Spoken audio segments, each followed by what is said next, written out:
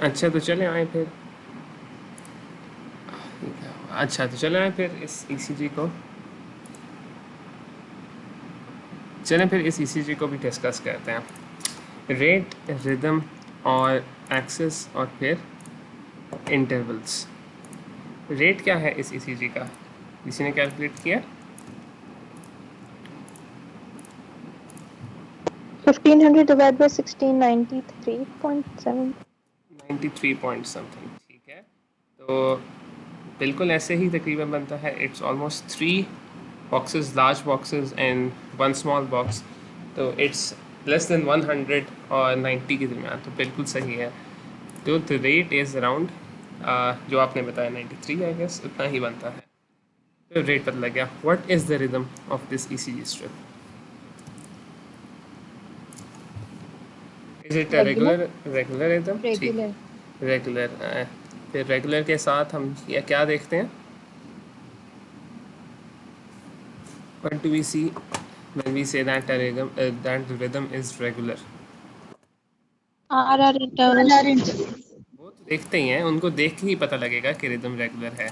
QRS complex से पहले कुछ देखते हैं हम। P waves. P waves, excellent. तो पी वेव्स इसमें मौजूद है इस ईसीजी में। जी जी, तो दिस इज अ C है. रेगुलर साइनस रिदम, ठीक है। भाई आप लीड 3 क्यों देख रहे हैं लीड 2 की जगह? लीड थ्री भी मतलब नीचे थी, कोई भी देख सकते हैं। सब आप लीड टू को देख लें। मुझे लगा शायद ये रिदम स्ट्रिप है, मैंने अभी गौर किया कि ये भी FE3 आ रहा है। तो रिदम स्ट्रिप इसमें है नहीं, आप लीड टू को देख लें, लीड थ्री में भी है। तो चलो लीड टू को देख लेते हैं। पी वेव्स इसमें मौजूद हैं। तो this is a regular sinus rhythm. इस बात पे मैं इसलिए बार बार स्ट्रेस कर रहा हूँ क्योंकि आज हम कुछ इसी चीज़ देखेंगे, उनमें रिदम तो होगा रेगुलर, पर साइनस नहीं होगा। फिर हम उनको डिस्कस करेंगे। ठीक हो गया। रेट हमें पता लग गया 93, rhythm sinus rhythm. Axis, axis क्या है किसी चीज इस ईसीजी का?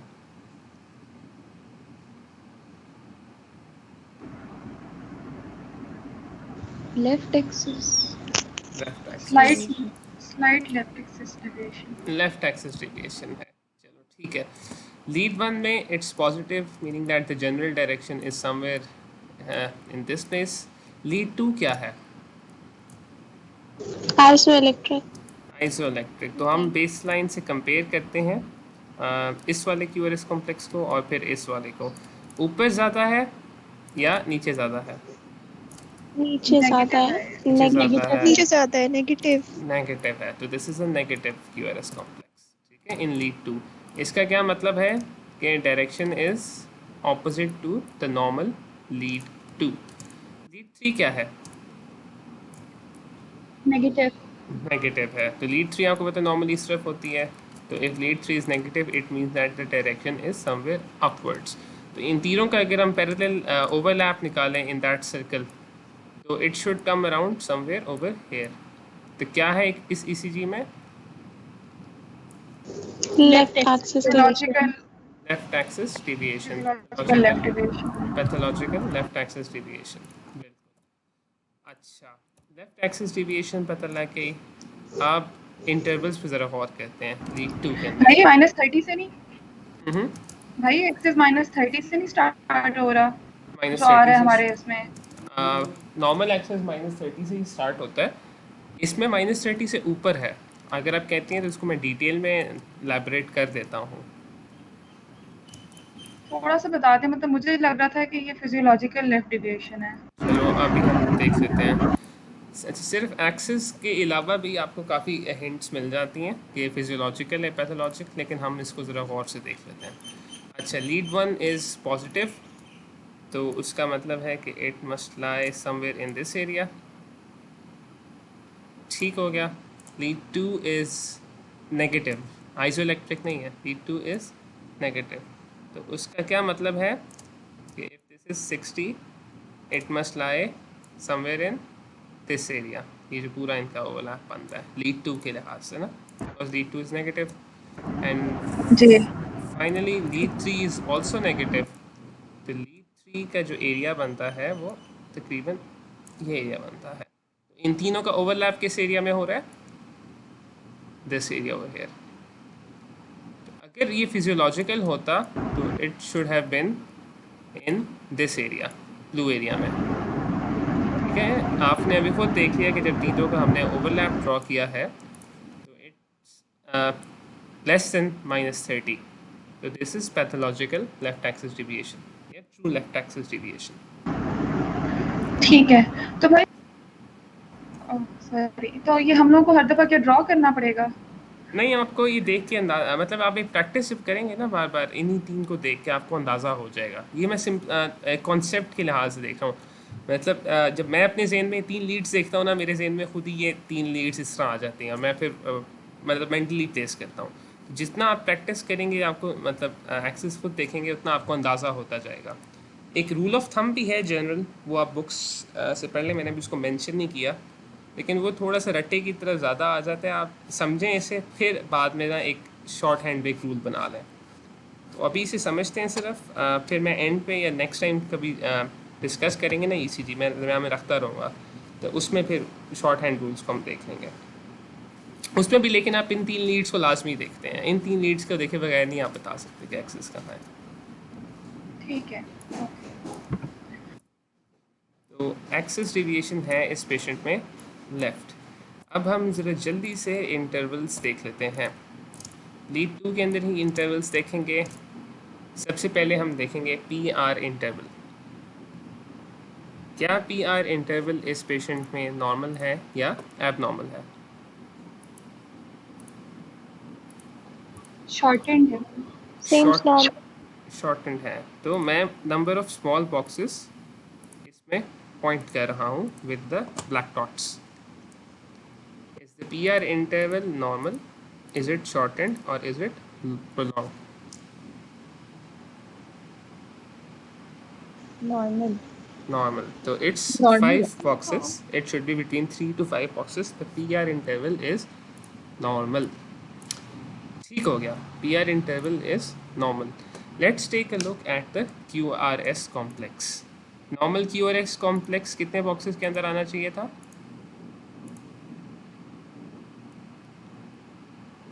3 boxes। 3 boxes के अंदर, 3 small boxes के अंदर। तो QRS normal है, widened है, shortened है, क्या है?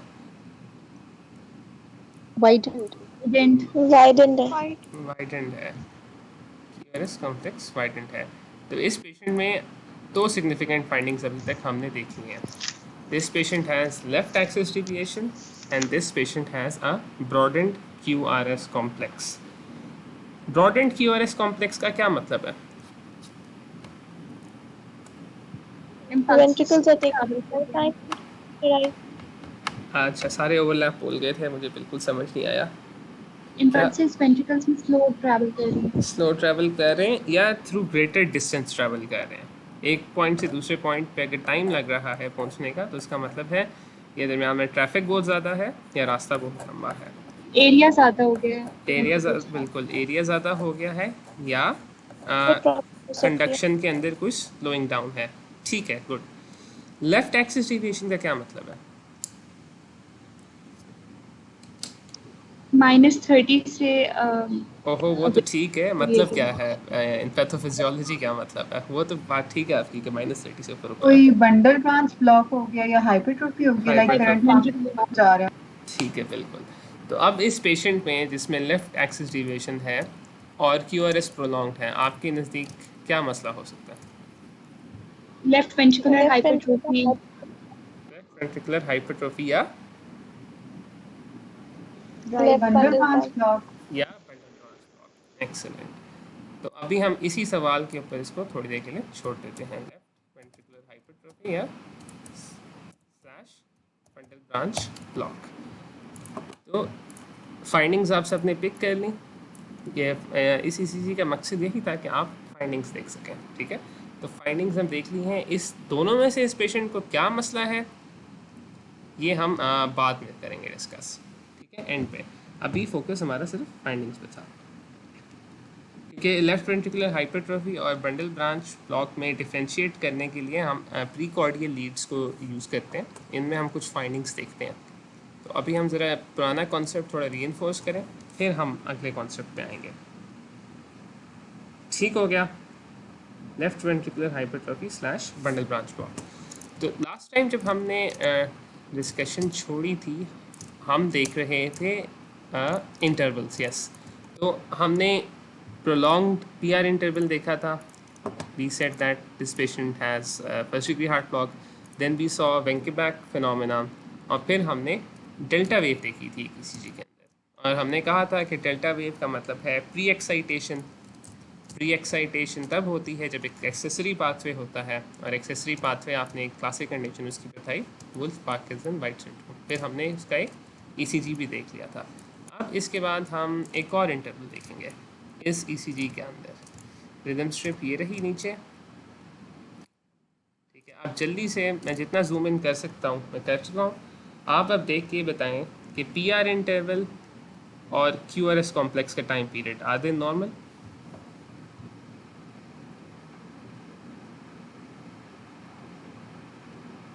Yes, they are normal. ठीक है, तो इसके बाद एक और इंटरवल हम देखते हैं, वो इंटरवल आप ज़रा देखें।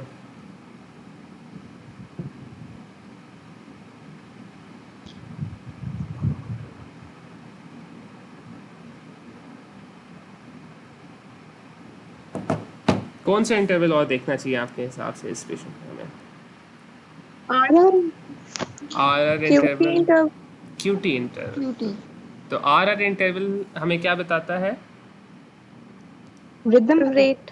रेट बताएगा, Rate. और हम जब बाकी आर इंटरवल से कंपेयर करेंगे तो हमें रिदम भी पता लगेगा। एक्सीलेंट। और क्यूटी इंटरवल, तो क्यूटी इंटरवल पे ज़रा गौर करें इस पेशेंट के। यहाँ से थोड़ा सा ज़्यादा जूम इन करके, Prolonged है. QT interval Q till T. Normal QT interval कितना होता है?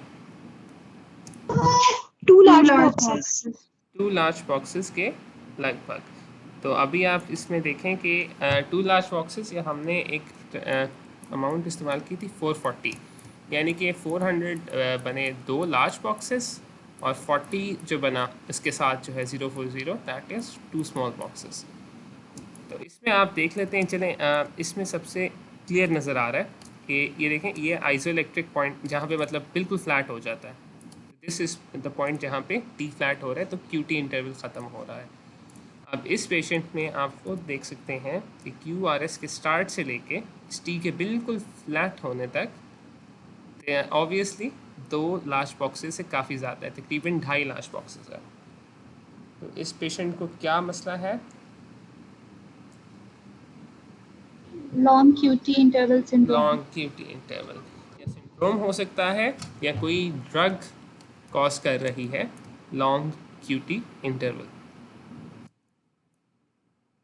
ठीक हो गया, this patient has a long QT interval. अब लॉन्ग क्यूटी इंटरवल क्यों है उसके बारे में चलो मैं आपसे, आप इस लीड 5 को देखते हैं। वेव्स पे गौर करें, आप कितनी वेव्स आइडेंटिफाई कर सकते हैं इसमें?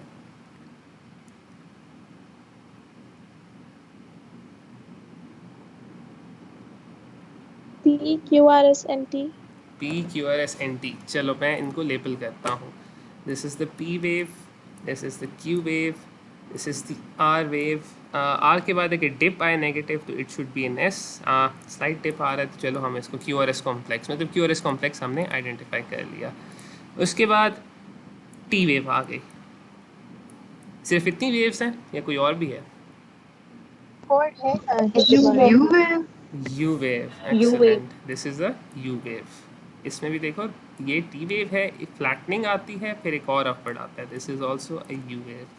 अगेन इसमें देखो, इसमें S नज़र आ रहा है, S के बाद एक माइल्ड अपवर्ड है, फिर फ्लैटनिंग है, फिर एक U वेव है, and then we have a P wave.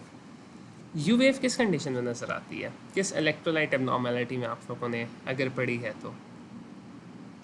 Hypokalemia. Hypokalemia, Potassium. Potassium deficiency, decrease potassium. तो इस पेशेंट में हाइपोकैलीमिया की वजह से प्रोलॉन्ग्ड क्यूटी इंटरवल है और हाइपोकैलीमिया की वजह से यू वेव्स नज़र आ रही हैं।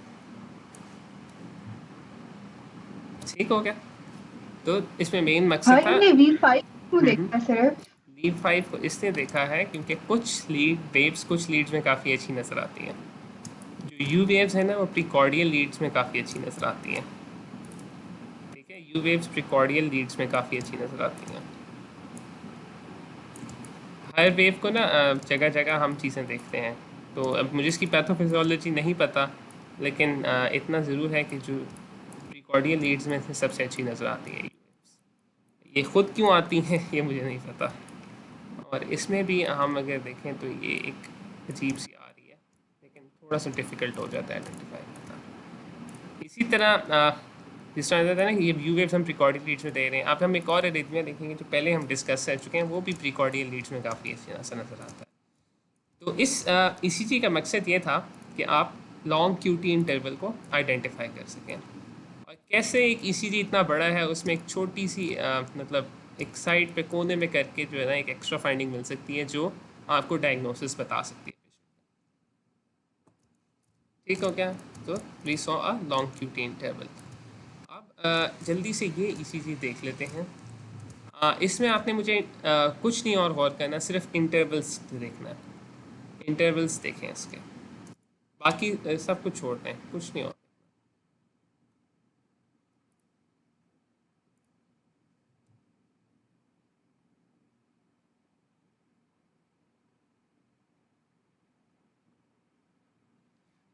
कौन सा इंटरवल आपको देखते साथ ही लग रहा है कि इसमें ख़राब है, या ड्यूरेशन टाइम ड्यूरेशन ख़राब है?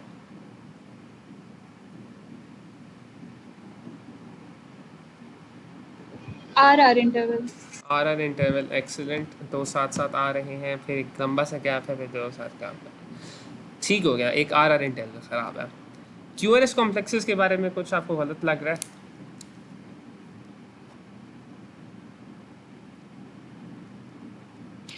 Second one ज़्यादा wide divided. बिल्कुल, तो फर्स्ट वाले को हम देख लेते हैं। इसकी ड्यूरेशन आ रही है जस्ट 1 बॉक्स, या ज़्यादा से ज़्यादा 3 अगर मैं बिल्कुल खींचूँ। इसमें भी देखें यहाँ से Q स्टार्ट हुआ फर्स्ट बॉक्स के अंदर, सेकंड बॉक्स के अंदर बिल्कुल फ्लैट पे, तो अगर मैं तीसरा डाल भी लूँ तो इट्स ऑलमोस्ट फ्लैट। जबकि हम कंपेयर करें इसको तो 1 2 3 4, so the first QRS complex is narrow and the second QRS complex is broad. ठीक है, तो ये इस ECG रिदम स्ट्रिप का मकसद ये था कि आपको सिर्फ दिखाना है कि just by looking at it एक ग्लांस में दोनों में कैसा साइड बाय साइड कैसा फ़र्क आ जाता है। तो one is a narrow QRS complex and the other is a broad QRS complex.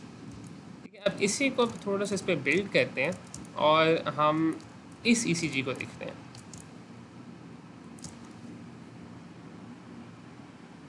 दोबारा से ये ECG आपने पहले भी इस तरह की एक रिदम स्ट्रिप देखी है। रेट और रिदम क्या है इस ECG में?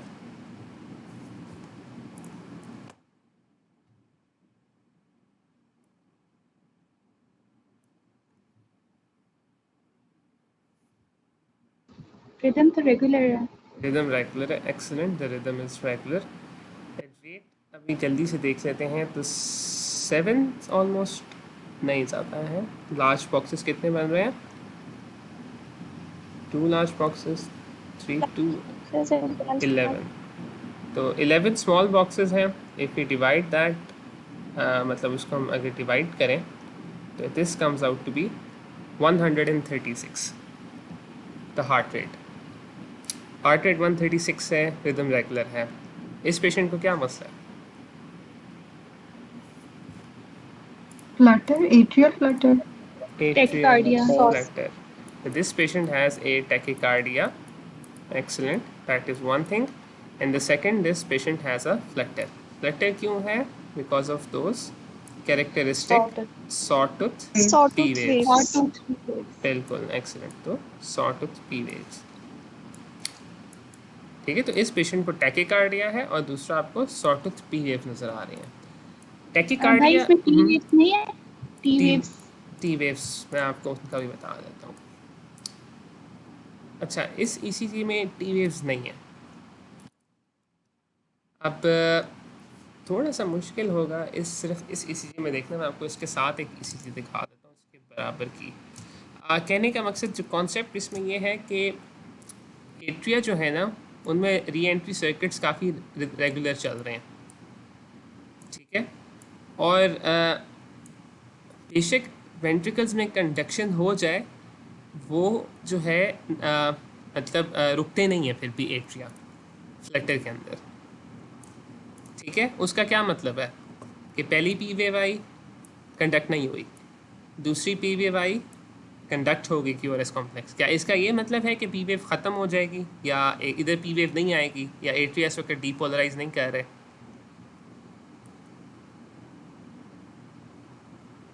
वो तो होते रहेंगे होते depolarize। रहेंगे, बिल्कुल होते रहेंगे। तो बेशक हमें क्यूआरएस कॉम्प्लेक्स एक नज़र आ रहा है, इसके नीचे एक पी वेव छुपी हुई है, ठीक है, जिसका आपको एक थोड़ा सा पार्ट नज़र आ रहा है।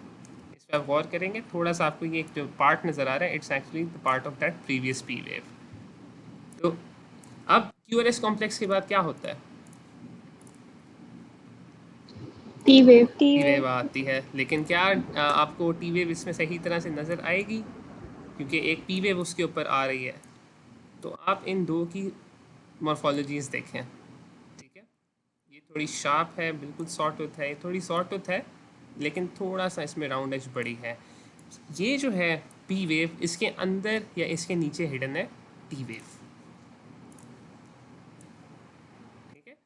तो अगर हम सिर्फ इस रिदम स्ट्रिप में देखें, क्योंकि रिदम स्ट्रिप एक स्ट्रिप है, उसमें जो ये पी वेव्स आ रही हैं उनके नीचे टी वेव छुप रही है। तो टी वेव्स एक्चुअली प्रेजेंट हैं, लेकिन वो इस एट्रियल रिदम के नीचे छुप जाती हैं। और एक जो पी वेव हमें नहीं नजर आई, वो इस क्यूआरएक्स कॉम्प्लेक्स के नीचे छुप रही है। तो इस पेशेंट में 1 2 3 क्यूआरएक्स कॉम्प्लेक्स पी वेव्स के बाद एक क्यूआरएस कॉम्प्लेक्स आ रहा है, 1 2 3। तो this patient has a 3:1 conduction rate in atrial Flutter. पर अगर आपको अगर लीड में रिदम स्ट्रिप पे नहीं नज़र आ रही एक वेव, तो क्या करेंगे? क्या वो वेव है ही नहीं? दूसरी देखेंगे, दूसरी लीड्स कॉन्टेगुअस देखेंगे आप, उसके लीड। इर्द गिर्द कंपेयर करेंगे, आप लीड्स देख लेंगे, ठीक हो गया। अब हम इस ईसीजी को देखते हैं। इस ईसीजी में भी आप बिल्कुल, आपको देख के पता लग जाना चाहिए कि रिदम स्ट्रिप में अंदर, this is the rhythm strip, there are these sawtooth waves which are present. ऐसे ही है। जी। This patient has a flutter. अब ये लीड 2 में है इसका मतलब स्ट्रक्चर वेव्स का। अगर हम लीड 1 पे देखें, तो ये देखो क्यूआरएस कॉम्प्लेक्स ये रहा, उसके बाद एक ये अजीब सी बड़ी वेव आई और बाकी पे छोटी छोटी वेव्स आ रही। ऐसे ही है ना? इसका ये मतलब है कि ये जो है वेव, इसके अंदर ही टी वेव छुपी हुई है और एक पी वेव साथ, दोनों साथ साथ आ रही हैं। इसलिए अगर हम थोड़ा सा नीचे जाके देखें तो हमें इसमें ज़्यादा क्लियर नज़र आएगा, इसमें बल्कि काफ़ी अच्छा समझ आ रहा है। आप देखो क्यूआरएस कॉम्प्लेक्स एक बन रहा है, उसके बाद नॉर्मल क्यूआरएस कॉम्प्लेक्स में क्या होना चाहिए था कि there should be a T wave. पर अगर टी वेव के ऊपर ही एक पी वेव आ गई तो फिर क्या होगा? एक चोंच निकल आएगी ऊपर से। That is exactly what is happening in this ECG. एक टी वेव है, उसके ऊपर एक टी वेव की चोंच निकली हुई है, a small up stroke, upward deviation in an already upward deviated wave. तो this is a T wave जिसके ऊपर एक पी वेव नजर आ रही है। पर रिदम स्ट्रिप में ऐसे नहीं था, ठीक है। रिदम स्ट्रिप में हमें सिर्फ पी वेव नजर आ रही थी। थोड़ा सा क्लियर हुआ है ये आपका कॉन्सेप्ट? जी। यस। ठीक है। तो ईसीजी इसलिए थोड़ी सी मुश्किल है कि जब आप जितनी आप ईसीजीज देखोगे, अच्छी जगह से पढ़ोगे, उतना आपको बेहतर समझ आएगा। ये इतनी डिटेल नेसेस ज़रूरी नहीं है आपके लिए। अगर आप इंटरनल मेडिसिन में जाते हैं तो फिर शायद ज़रूरत पड़ जाए। इस वक्त ये सिर्फ मतलब शौकिया है, इसी में इन चीज़ों पर इतना फोकस भी नहीं कर रहा क्योंकि ये हाई यील्ड नहीं है। तो अभी हमने एक फ्लटर देख लिया। अब हम इस अगली ईसीजी को ज़रा गौर से देखते हैं। इस रिदम स्ट्रिप में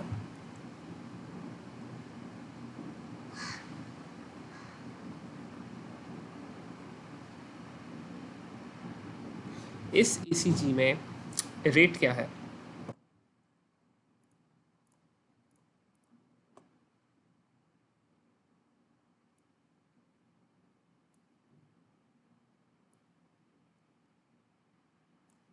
सिक्स स्मॉल बॉक्सेस हैं। अगर मैं 1500 को 6 से डिवाइड करूं तो आंसर आएगा 250. 250. This patient has a rate of 250. क्या इसमें आपको क्लासिकल फ्लटर वेव्स नज़र आ रही हैं? यस, सॉटूथ वेव्स आ रही हैं। सॉटूथ वेव्स आ रही हैं। अच्छा, फ्लटर में ना यूजली हार्ड फ्लॉक होता है, तो सॉटूथ ना वो इस तरह साथ साथ नज़र आती हैं। आपने अभी तक जितने फ्लटर की ईसीजीज देखे हैं उन सब में आपने देखा है कि हर एट्रियल वेव कंडक्ट नहीं हो रही, या हर एट्रिया की डीपोलराइजेशन कंडक्ट नहीं हो रही, इसलिए इसके साथ एक और आ जाती है। तो इसमें वो वाला पैटर्न नहीं है जो ऊपर वाले ईसीजी में है। पैटर्न रिकग्निशन के भी सिर्फ हम देख लेते हैं, क्या सेम पैटर्न्स हैं ऊपर और नीचे वाले ईसीजी में? नहीं, इसमें सिर्फ सिंगल वेव है। एक सिंगल वेव है जो अपस्ट्रोक नज़र आ रही है, बिल्कुल ऐसे ही है। अब अगर मैं आपसे पूछूं कि ये ईसीजी जिसमें ये टैकीकार्डिया है, ये टैकीकार्डिया कहाँ से अराइज कर रहा है? क्या ये साइनस नोड से अराइज कर रहा है? क्या ये एट्रियस एवी नोड से अराइज कर रहा है? या ये कोई और फोकस है जिस तरह फिब्रिलेशन में होता है या फ्लटर में होता है, वहाँ से अराइज कर रहा है? या ये वेंट्रिकल से अराइज कर रहा है?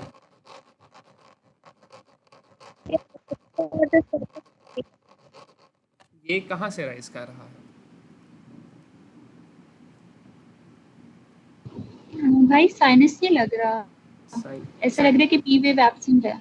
पी वेव एब्सेंट है, साइनस नहीं लग रहा। भाई हमें कैसे पता लगेगा कि ये पी वेव है या टी वेव है? पी वेव है या टी वेव है, बिल्कुल आपको देख के इस एक रिदम स्ट्रिप को देख के नहीं पता लग रहा है सही से। ठीक है, फिर तो फिर आप क्या करेंगे अगर आपको एक सिर्फ एक रिदम स्ट्रिप देख के नहीं पता लग रहा? दूसरी लीड आप बाकी लीड्स देखेंगे। तो लेट्स से कि एक ईसीजी जो था इसकी हम बाकी लीड्स देखते हैं। इसकी बाकी लीड्स कहाँ हैं? इसकी बाकी लीड्स ये रही। ठीक है, तो थोड़ा सा डिफरेंट है उससे, लेकिन एग्जैक्टली वो नहीं है, लेकिन डिजीज़ या ईसीजी डायग्नोसिस सेम है। तो इस ईसीजी को ज़रा हम गौर से देखते हैं। अच्छा, रिदम स्ट्रिप। रिदम स्ट्रिप में आपको क्या नज़र आ रहा है? आपको एक क्यूआरएस कॉम्प्लेक्स नज़र आ रहा है, उसके बाद एक डिविएशन नज़र आ रही है अपवर्ड। यस। अब भी कंफ्यूजन है कि this is a P wave और a T wave, then we have again another QRS complex. ठीक हो गया। अब एक काम कर लेते हैं जल्दी से। आप इस वेव के स्टार्ट से लेके क्यूआरएस के स्टार्ट तक का time interval in number of boxes, in terms of number of boxes बताएं कितना है? 6 small boxes. इसमें 6 स्मॉल बॉक्सेस। ठीक हो गया, पहली बात। 7 6 और 7 स्मॉल बॉक्सेस। अब हम इस वेव को डिफरेंट लीड्स में कंपेयर करते हैं। ठीक है, this small wave over here, ऊपर वाली लीड में देखते हैं तो ये नज़र आ रही है कोई? नहीं। लीड वो 3, स्लाइड हाँ स्लाइड डिफ्लेक्शन है। ऊपर की तरफ है, नीचे की तरफ है? ऊपर से। अगर एक स्लाइड डिफ्लेक्शन है तो ऊपर की तरफ है या नीचे की तरफ है? नीचे की तरफ है। नीचे की तरफ। ठीक है, आप ये देखो मैंने एक लाइन ड्रॉ की है दोनों से आइसोइलेक्ट्रिक पॉइंट से, तो आपको सही समझ आ रहा है कि नीचे की तरफ है। ठीक हो गया। लीड 2 में क्या है इसकी हालत? 2 तो हमने रिदम स्ट्रिप में चलो देख ली, उसी तरह हम एवीएफ में देख लेते हैं। ऊपर की तरफ रिफ्लेक्टेड है, एवीएन में ऊपर की तरफ है। एवीआर में क्या है सर? इन्वर्टेड है। इन्वर्टेड है, इन्वर्टेड वेव है। उसी तरह हम इन चेस्ट लीड्स में देखते हैं कि आप इसमें काफ़ी बेहतर तरह से हमें नज़र भी आ जाएगा। इसमें देखो क्यूआरएस कॉम्प्लेक्स है, ये एक जा रहा है और ये नीचे आ रहा है, फिर ये एस वेव ख़त्म हुई है। एस वेव के फ़ौरन बाद क्या आता है? क्या आना चाहिए? T wave. टी वेव आनी चाहिए, और फिर तो अभी तक हमने जितनी लेट्स में कंपैरिजन किया है उसमें हमें क्या समझ आई है कि ये जो वेव एक नज़र आ रही है ये कौन सी वेव हो सकती है? P wave. क्लियर नहीं हुआ अभी, क्योंकि अगर ये एस के बाद है तो क्यू आर एस से पहले भी तो है। क्यूआरएस से पहले बिल्कुल है, एस के बाद लेकिन है। टी वेव क्लियर नहीं थी तो ये टी वेव हो गई। ठीक है, तो इस कंफ्यूजन को बेहतर तरीके से हल करने की मैं कोशिश करता हूँ। अच्छा, अब आपने दो चीज़ें देख ली। एक तो आपने देख लिया कि इस वेव की डिफरेंट तरह से मॉर्फोलॉजीज आ रही हैं। कहीं ये डिप्रेस्ड है मतलब क्यूआरएस कॉम्प्लेक्स के बाद, जिस तरह यहाँ पे भी आप देखो कि ये डिप्रेस्ड है, ऐसे ही है ना, मतलब सॉरी डिप्रेशन के बाद आ रही है, सेगमेंट तो है डिप्रेस्ड थोड़ा बहुत, उसके बाद आ रही है। उसी तरह इस पूरे ईसीजी में इसकी एक कांस्टेंट मॉर्फोलॉजी नहीं है और हर जगह चेंज हो रही है। और हम देख रहे हैं कि एक इससे पहले जो एसटी सेगमेंट है उसके फ़ौरन बाद ही वेव आ रही है। और दूसरी तरफ हमने ये देखा कि हम अगर इस वेव का टाइम पीरियड कैलकुलेट करें अगली क्यूआरएस कॉम्प्लेक्स के स्टार्ट साथ, अगर हम इसको पी वेव लेते हैं और टाइम पीरियड इंटरवल कैलकुलेट करते हैं अगली वेव के स्टार्ट के बाद से, तो कितना आ रहा था ये 7 to 8 7 to 8 आ रहा था। अगर ये पी वेव होती तो 7 to 8 का क्या मतलब था? Prolong long PR interval. Prolong peer interval या Prolonged. Heart block. अब प्रोलॉन्ग पीयर इंटरवल या हार्ट ब्लॉक में तो रेट भी एक तो कम होता है, दूसरा उसमें आपको ज़्यादा वेव्स नज़र आनी चाहिए। तो इस पेशेंट को है टैकीकार्डिया और ये जो वेव नज़र आ रही है दरमियान में, this has different shapes in different leads. V1 में इन्वर्टेड है, V2 में, V3 में अपराइट है, फिर AVR में भी इन्वर्टेड है और V3 में भी ये इन्वर्टेड थी। तो इतने ज़्यादा को जब इंटरवल पीआर इंटरवल के साथ मैच नहीं कर रहा और इस वेव की डिफरेंट मॉर्फोलॉजीज़ या शेप्स नज़र आ रही हैं इन डिफरेंट लीड्स, इसका ये मतलब है कि ये वेव कौन सी वेव होगी? T wave.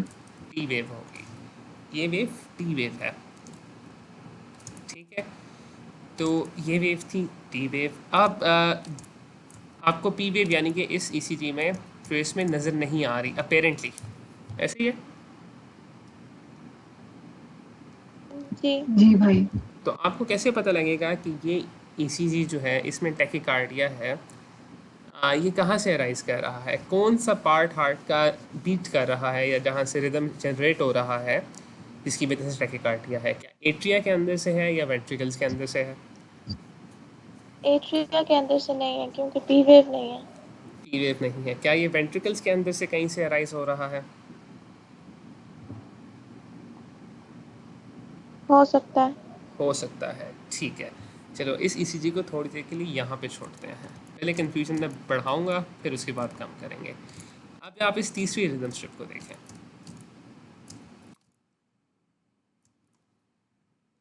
इसमें आरआर इंटरवल क्या है?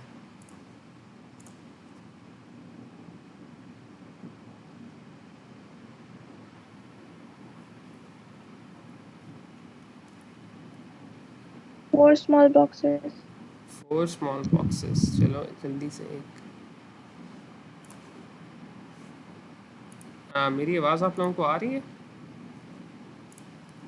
जी आ रही है। अच्छा, मेरा इंटरनेट पता नहीं क्यों डिस्कनेक्ट हुआ है और ये पेज रीलोड करना पड़ेगा मुझे।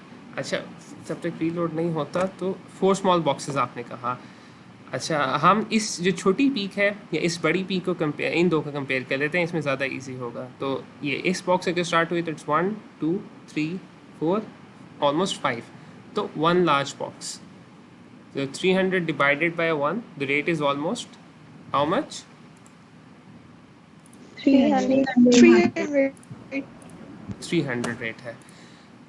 तो क्या ये ईसीजी अभी तक देखिए ऊपर या नीचे वाली, इसमें कोई डिफरेंस है in simple terms? Wave form different है। वेव फॉर्म डिफरेंट है, ठीक है। अगर मैं आपको कहता हूँ कि this small peak over here is the R wave, ये आर है और ये सारी इतनी बड़ी Negative एस है, तो इस पेशेंट के क्यूआरएक्स कॉम्प्लेक्स की ड्यूरेशन के बारे में आपका क्या ख्याल है? prolong. QRS प्रोलॉन्ग है। अच्छा ये code load one large box है ये। ऑलमोस्ट वन लार्ज बॉक्स है। अब मैं आपसे सवाल पूछूंगा, वेबसाइट पता नहीं क्यों थोड़ी सी मस्ती कर रही है, खुल जाए तो आसान हो जाएगा। अच्छा तो दोनों का आपने ECG तब तक देख लिया, तो आप मुझे बताएं जो हमने अभी रिसेंट ECG देखी है इसमें क्या लगता है आपको कि जो फोकस है, जो ग्रुप ऑफ सेल्स है जो इतना तेज़ बीट कर रहा है जिसकी वजह से टैकीकार्डिया हो रहा है, वो ग्रुप ऑफ सेल्स कहाँ है? AV node. इसमें तो P wave Ventricle. Ventricle, AV node, P wave आपको नज़र आई थी इसमें सही तरह से? कोई डिसर्नेबल P वेव? जो आपने कहा आर वेव, उससे पहले वाली ये जो रिफ्लेक्शन है वो क्या चीज़ है? ये क्या चीज़ है? बिल्कुल ये मुझे भी नहीं पता क्या चीज़ P है। wave this might be a P wave और दिस माइट, जब देखो इतना ज़्यादा इतना बड़ा ही QRS कॉम्प्लेक्स है, इतना बड़ा ये सारा, तो उसके अंदर ये जो एक पीक है जंबल नर्व, it might be a P wave, it might be a T wave. आप you can not be sure, या at least I am not sure. लेकिन इसमें एक और काफ़ी बड़ी कैरेक्टरिस्टिक फाइंडिंग है, आपने देखा कि रेट तो ज़्यादा है ही है, इसमें QRS कॉम्प्लेक्स भी वाइड है। This is a broadened QRS complex. अब ब्रॉडेंड QRS कॉम्प्लेक्स के बारे में हमने क्या बात की थी? अब भाई इसमें फोकस हो सकता है वेंट्रिकल्स के अंदर हो। वेंट्रिकल्स के अंदर फोकस हो, या जनरली ब्रॉड QRS का क्या मतलब है जब हम डिस्कस करते आ रहे हैं इतनी देर से? More time is required for depolarization of ventricles. बिल्कुल, मोर टाइम इज़ रिक्वायर्ड। तो इस का ये मतलब अगर हम कहें ज़्यादा टाइम रिक्वायर्ड है, इसको मैं दूसरी तरह ये कह सकता हूँ कि instead of the normal conductive pathway या कंडक्टिंग पाथवे जो इलेक्ट्रिकल पाथवे होता है कंडक्टिंग सिस्टम हार्ट का, उसकी बजाय दूसरे जो मायोसाइट्स हैं कॉन्टैक्टाइल सेल्स, उनके थ्रू करंट पास हो रहा है। तो does this make sense? Yes. Yes. तो Yes. अभी आपने 3 ECGs देखी, आपने उन सब में देखा सबसे पहले रेट, और तीनों में था टैकीकार्डिया। पहली तो चलो जानी पहचानी ECG थी, शॉर्ट टू फेस थी, आपको फ्लड टेस्ट समझ आ गया। लेकिन अगर आप एक ECG देखते हैं, उसमें रेट देखते हैं, next thing you have to look if you find tachycardia is whether the QRS complex is broad और नैरो।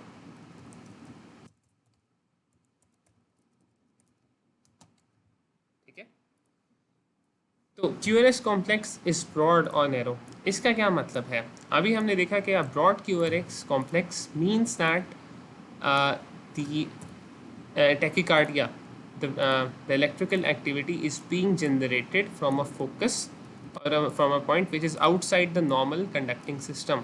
इसको क्या हो गया है? ठीक है, ये बात तो आप इससे एग्री कर रहे हैं? Yes. Yes. साइट ना तंग कर रही है मुझे। अच्छा QRS कॉम्प्लेक्स, ठीक है। तो whenever इंटरनेट मेरा, आप लोगों को मेरी आवाज़ आ रही है? आ रही है। जी भाई। पता नहीं क्या चक्कर है, साइट जो है ना वो बार बार रिलोड हो रही है। अच्छा, तो whenever you see a narrow complex in a patient who has tachycardia, it means that the tachycardia is arising from above the ventricles.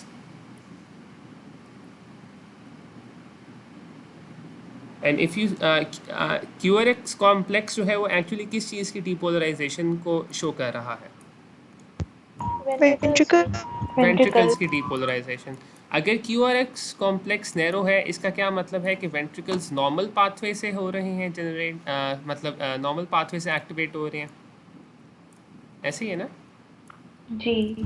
तो नॉर्मल पाथवे का क्या मतलब है कि AV नोड के थ्रू एक्टिवेट हो रहे हैं, और अगर AV नोड के थ्रू ही एक्टिवेट हो रहे हैं, उसका मतलब है कि जो टैकीकार्डिया है it is arising from somewhere above the ventricles, Supraventricular. Supraventricular. आपको ये बात समझ आई है? Have you followed this?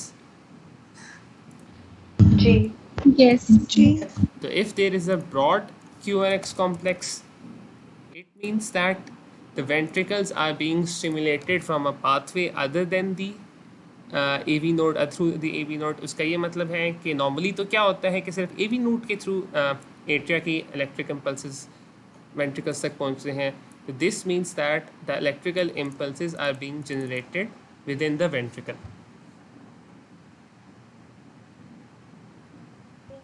अब आपको समझ आई कि नैरो QRS कॉम्प्लेक्स का in the context of tachycardia ये मतलब है कि नॉर्मली वेंट्रिकल्स स्टिमुलेट हो रहे हैं, नॉर्मली डीपोलराइज हो रहे हैं.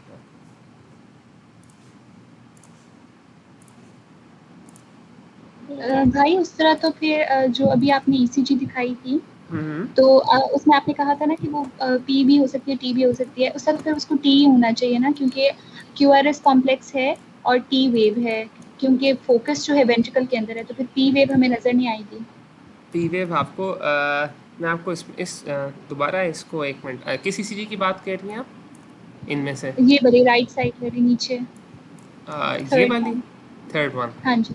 ठीक है, इसमें आपने क्या कहा कि अब ये देखें ना कि ब्रॉड है एक तो QRS कॉम्प्लेक्स, तो और साथ आपके पास वो है टैकिकार्डिया भी है, तो इसका मतलब ये हुआ कि वेंट्रिकुलर कोई फोकस है. बिल्कुल. तो फिर ये वेव T वेव होनी चाहिए ना, क्योंकि फिर वेंट्रिकल अगर फोकस होगा तो फिर P वेव हमें नजर आनी चाहिए कि अगर वेंट्रिकल्स में से कोई फोकस है तो P वेव नजर आनी चाहिए, आ जाती है, लेकिन in this case in this system strip it might be hidden. सिर्फ हम इसको देख के नहीं कह सकते, हम कहीं और मिलेगी. It might B buried somewhere near this QRS complex और दिस अदर वेव, क्योंकि वेंट्रिकल्स जो हैं वो अब एट्रिया से इंडिपेंडेंटली काम कर रही है. तो हो सकता है एट्रिया बीट कर रहे हो, लेकिन ये इतने बड़े QRS कॉम्प्लेक्सेस हैं कि बाकी सब कुछ इनके नीचे छुपा हुआ है. तो ये जो पेशेंट है इसको कौन सा टैकिकार्डिया है? Ventricular tachycardia. Ventricular. Tachycardia. This patient has a ventricular tachycardia. और इन दो पेशेंट्स को Supraventricular. Supraventricular tachycardia. एक्सीलेंट. अब सुप्रावेंट्रिकुलर टैकिकार्डिया होते हैं दो तरह के या तीन तरह के. हम जिन इसमें आपने कहा था P वेव नहीं है, तो फिर इसमें सुप्रावेंट्रिकुलर कैसे होगा? सुप्रावेंट्रिकुलर कैसे होगा? अब हमें P वेव इसके अंदर एक्चुअली नज़र नहीं आ रही, लेकिन हमें QRS कॉम्प्लेक्सेस नैरो हैं. QRS कॉम्प्लेक्सेस के नैरो होने का मतलब ये है कि the ventricles are being depolarised via the normal pathway. It means that the focus या the electrical activity is arising somewhere from above the AV node. वो AV नोड से ऊपर अराइज कर रही है, उसकी वजह से ही QRS कॉम्प्लेक्सेस नॉर्मल है. अगर AV नोड से नीचे या वेंट्रिकल्स के अंदर से अराइज कर रही होती, उसका ये मतलब होता कि ये वेंट्रिकुलर है. तो सिर्फ QRS कॉम्प्लेक्स को टैकिकार्डिया को हम देख के हमें ये समझ आ गई है कि even though the ventricular rate या the heart rate is very much increase, it is tachycardia. The QRS complex morphology is normal, यानी कि the normal conducting system is activated. Normal conducting system AV node activate करता है, meaning that this tachycardia is arising और something is stimulating the AV node continuously. तो AV node को जब आपको पता है कि नॉर्मली AV नोड फिर ऊपर से ही स्टिमुलेट होता है फ्रॉम द एट्रिया देमसेल्व्स. तो some the tachycardia is arising from the atria. तो सुप्रावेंट्रिकुलर टैकिकार्डियाज जो हैं विद नैरो QRS कॉम्प्लेक्स, उनकी अगर मैं एक लिस्ट बनाऊँ तो they are of broadly speaking 3 types. दो आपने भी ECGs उनकी देख ली हैं. वन इज़ अ फ्लटर, दूसरा क्या है जिसमें टैकिकार्डिया हो सकता है? Fibrillation. Excellent. And third is a paroxysmal SVT इसको कहते हैं, या इसमें दो टाइप्स आ जाती हैं, बल्कि मैं दोनों को देख लेता हूँ. पैरोक्सिस्मल राइट में it's called in AV nodal atrioventricular node re-entrant tachycardia and the other is AV re-entrant tachycardia. ठीक है. थर्ड टाइप को अभी हम फोकस नहीं करेंगे, सिर्फ ECG उसकी हम देखेंगे. फ्लटर की ECG आपको पता है कैसी होती है, आपने देख ली है. ठीक है. फिब्रिलेशन की ECG आपने लास्ट टाइम देख ली थी, इरेगुलर. तो ये ECG अगर मैं कहूँ कि उन फ्लटर की नहीं है, फिब्रिलेशन की नहीं है, तो ये किस चीज़ की है? पैरोक्सिस्मल. हाँ, ये है AVNRT/AVRT या supraventricular tachycardia, other than Flutter और उसकी. ECG भी उसी चीज़ की है। अब इसकी पैथोफिजियोलॉजी मैं आज डिस्कस करना नहीं चाह रहा, कि हम बाकी ECGs हम कंप्लीट कर लें, इस पर हम कल दोबारा आएंगे जब हम एरिथमिया ही डिस्कस करेंगे, क्योंकि इट्स एन इम्पॉर्टेंट एरिथमिया और इसकी मैनेजमेंट काफ़ी इम्पॉर्टेंट है। तो आज के लिए सिर्फ आप इतना देखें कि सुप्रा वेंट्रिकुलर टैकीकार्डिया और वेंट्रिकुलर टैकीकार्डिया में कैसे डिफरेंशिएट करना है, ठीक है। तो अभी अगर आपके पास अगर एक ECG आता है, एक पेशेंट आता है, उसकी ECG में टैकीकार्डिया है, now you know how to differentiate between whether the tachycardia is arising from the ventricles or it is arising from the atria. Let's take a look at another few ECGs. अच्छा, इस ECG पे गौर करते हैं। भाई एक question था भाई, जब वेंट्रिकल की मसल में से करंट जो है वो जनरेट हो रहा है, तो जो नॉर्मल कंडक्टिंग पाथवेज हैं वो भी साथ काम करते रहते हैं या नहीं? काम करते हैं, लेकिन वो थोड़ा सा अजीब तरह से मतलब एक्टिवेट होते हैं। देखो, अगर हम इस पाथवे को कंसिडर करें, normally this is the way ventricle should be activated, लेकिन अगर इस हार्ट के अंदर इस हार्ट के अंदर let's say that there is a focus जहाँ से करंट जनरेट हो रहा है, it's lying somewhere over here. आप खुद इसमें देख सकते हो कि ये अपने इर्द गिर्द का मसल तो एक्टिवेट करेगा ही directly, it will also stimulate this pathway, फिर इट विल आल्सो स्टिमुलेट आगे जब ये करंट वोल्टेज इधर पहुंचेगा तो it might stimulate this bundle as well. उसके बाद हो सकता है कि जो रिमेनिंग साइड है, this right ventricle, it is stimulated normally. तो ऐसी कंडीशन में ये है क्योंकि the normal conducting system is not involve, एक तो ये होगा QRS कॉम्प्लेक्स ब्रॉड हो जाएगा, सेकेंडली आप खुद इसमें देख लो कि direction of current flow is not different.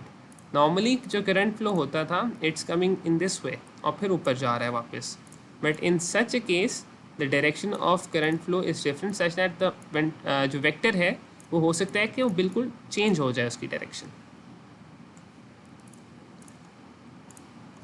ठीक हो गया? सही है भाई। वैसे अगर QRS कॉम्प्लेक्स ब्रॉड हो रहा है तो इसका मतलब कि वेंट्रिकल ज़्यादा टाइम ले रहे हैं डीपोलराइज होने में। बिल्कुल, इसका मतलब है वेंट्रिकल्स कम्प्लीटली डीपोलराइज होने में ज़्यादा टाइम ले रहे हैं। तो भाई फिर भी टैकीकार्डिया कैसे हो गया?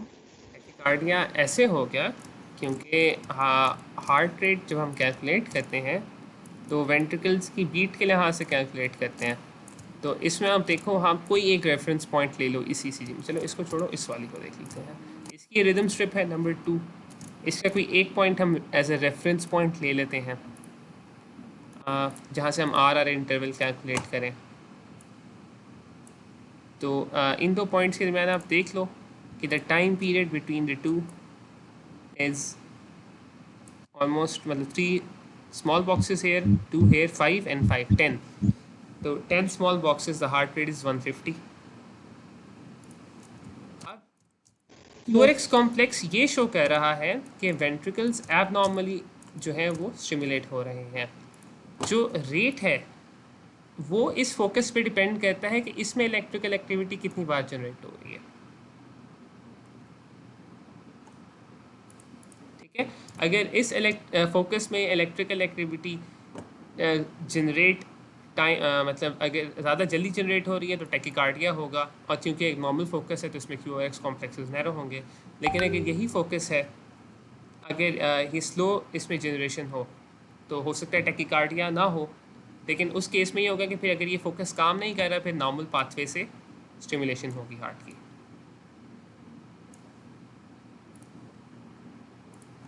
ठीक है सर। इसको दूसरे लफ्ज़ों में मैं ऐसे कहता हूँ कि देखें, AV नोड नॉर्मली हर पेशेंट का साइनस नोड हर इंसान का काम कर रहा होता है।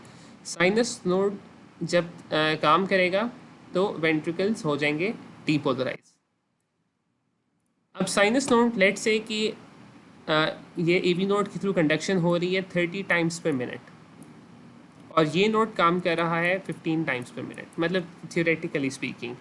तो जब तक AV नोड से करंट फ्लो इतना ज़्यादा है इस कंपेयर टू इससे ज़्यादा है, तो तब तक नॉर्मल पाथवे से ही वेंट्रिकल्स डीपोलराइज होंगे, क्योंकि आपको पता है कि अगर वेंट्रिकल्स डीपोलराइज हों, बेशक इस फोकस के अंदर करंट जनरेट हो रहा हो, ये हार्ट को नहीं डीपोलराइज कर सकता क्योंकि ये डीपोलराइज कर चुका हुआ है। Overdrive suppression. बिल्कुल, जब ये ज़्यादा काम करना शुरू करेगा तो तब ये उस वक्त बीट करेगा, ये फोकस उस वक्त इलेक्ट्रिसिटी जनरेट करेगा जब AV नोड से करंट नहीं आया होगा। इन दैट केस ये जो है ना वेंट्रिकल्स को फिर कंट्रोल करेगा फोकस रेट को। ठीक हो गया? In the context of tachycardia, QRS complex ये बताता है कि focus is inside the ventricles. इस ECG को देखते हैं। इस ECG में हमने रेट अभी डिस्कस किया कि it is 150।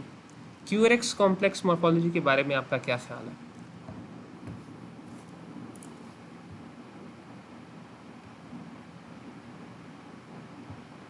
Is it a narrow QRS complex or is it a wide end QRS? Excellent. Wide end. तो इसमें wide end QRS complex है। तो इस पेशेंट को क्या है? Ventricular tachycardia। ठीक है, this patient has A ventricular tachycardia, बिल्कुल ऐसे ही है। अच्छा, अब इन QRS कॉम्प्लेक्सेस की आप शेप के बारे में बस इतना बताओ मुझे, ब्रॉडली स्पीकिंग, कि लीड 2 में रिदम स्ट्रिप में इज द शेप और the amplitude of these QRS complexes रफली सिमिलर और नॉट?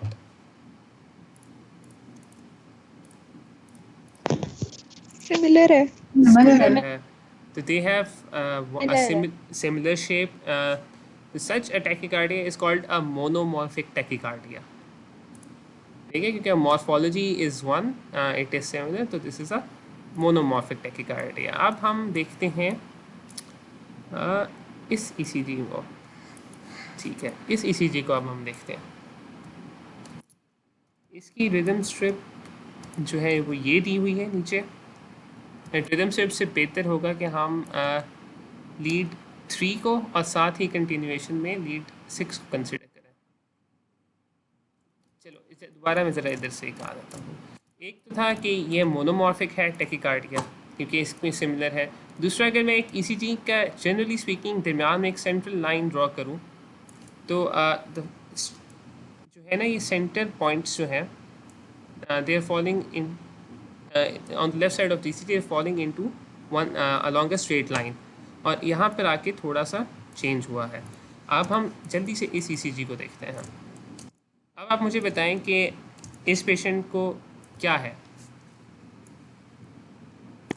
इसकी तो बेसलाइन इतना वॉन्डर कर रही है। बेसलाइन इतना वॉन्डर कर रही है, बिल्कुल हमें लीड 2 में देख के लग रहा है कि बेसलाइन वॉन्डर कर रही है, लेकिन अगर हम बाकी लीड्स को देखें क्या आपको QRS कॉम्प्लेक्सेस मिल रहे हैं? यस, तो ये वेंट्रिकुलर फिब्रिलेशन नहीं है क्योंकि आपको QRS कॉम्प्लेक्सेस मिल रहे हैं। तो ये क्या ये सुप्रावेंट्रिकुलर टैकीकार्डिया है या ये वेंट्रिकुलर टैकीकार्डिया है? This is a ventricular tachycardia. ठीक है, this is again A ventricular tachycardia. और आप इस ECG में देख सकते हैं कि क्या इस पेशेंट को इस वक्त इस तरफ अगर हम देखें ऑन दिस साइड लीड 2 या 3 में क्या कंडीशन है पेशेंट की? टैकीकार्डिया है, हार्ट रेट नॉर्मल है, ये क्या मसला है? सिर्फ लीड 2 को देखते हैं, इस वाली को।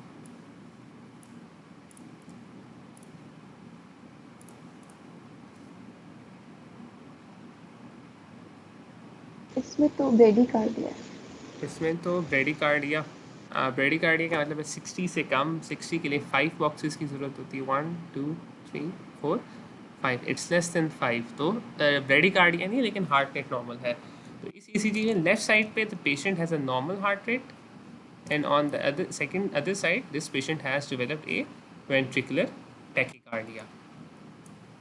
ये भी वेंट्रिकुलर टैकीकार्डिया की ECG है। अब जरा हम इस ECG को गौर से देखते हैं।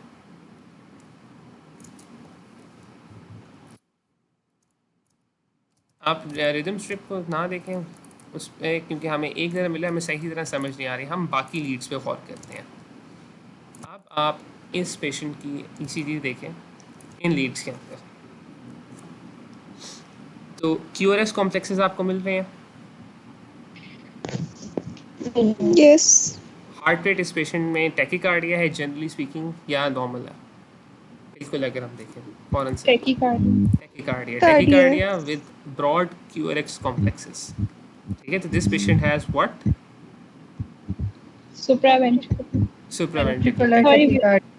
Ventricular tachycardia.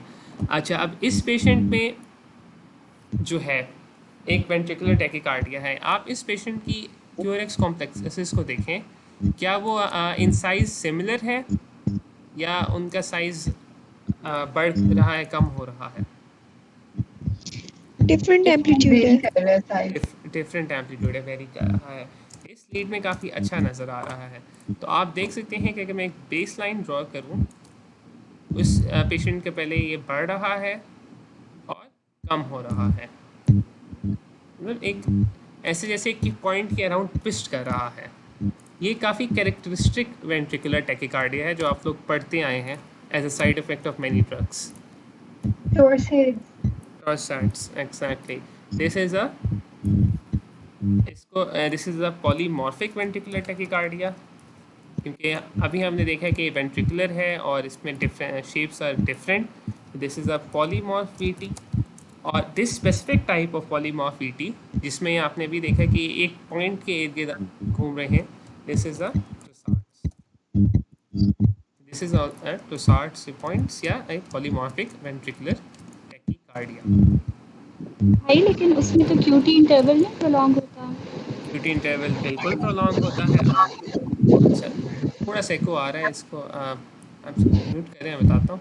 क्यूटी इंटरवल बिल्कुल उसमें प्रोलॉन्ग होता है टोसार्ड्स में। क्यूटी, एक सेकंड, किसी का शोर गुजार आ रहा है, मैंने इनको म्यूट कर दिया। क्यूटी इंटरवल काफ़ी प्रोलॉन्ग होता है, पर वो होता है आप जो क्यूटी इंटरवल प्रोलॉन्गेशन होती है ना, वो टैकीकार्डिया के अंदर नहीं होती, वो टैकीकार्डिया को क्रॉस करती है या प्रेसिपिटेट करती है। ठीक है, तो इस पेशेंट का जो हमारे पास प्री टैकीकार्डिया ईसीजी है, उसका सिर्फ एक क्यूआरएस कॉम्प्लेक्स नज़र आ रहा है। अगर हमें और क्यूआरएस कॉम्प्लेक्स मिल जाते तो हम उसमें देख लेते हैं, उसमें फिर क्यूटी इंटरवल प्रोलॉन्ग हुआ होता। ठीक है, तो आज जो मेन चीज़ हमने थोड़ा सा फोकस किया है उस पर, हमने इंटरवल्स तो देखे हैं, हमने आज टैकीकार्डिया पे ज़्यादा फोकस किया है। टैकीकार्डिया में आप अभी सिर्फ एक एज अ बेस लाइन एक चीज़ याद रखने के लिए वो ये है कि अगर आपको किसी भी ईसीजी में हार्ट रेट इंक्रीज मिले, the first thing you have to look at is whether the QRS complexes are broadened और whether they are narrow. If they are narrow, it means that the electrical impulse is being generated from above the AV ventricles and the ventricles are stimulated normally. If they are not narrow, it means that the ventricles are being stimulated from a point which is inside the focus and it is not a part of the normal conducting system. अभी तक हम tachycardia की ECGs देखते आ रहे हैं। इस patient की ECG को सिर्फ और से देखें।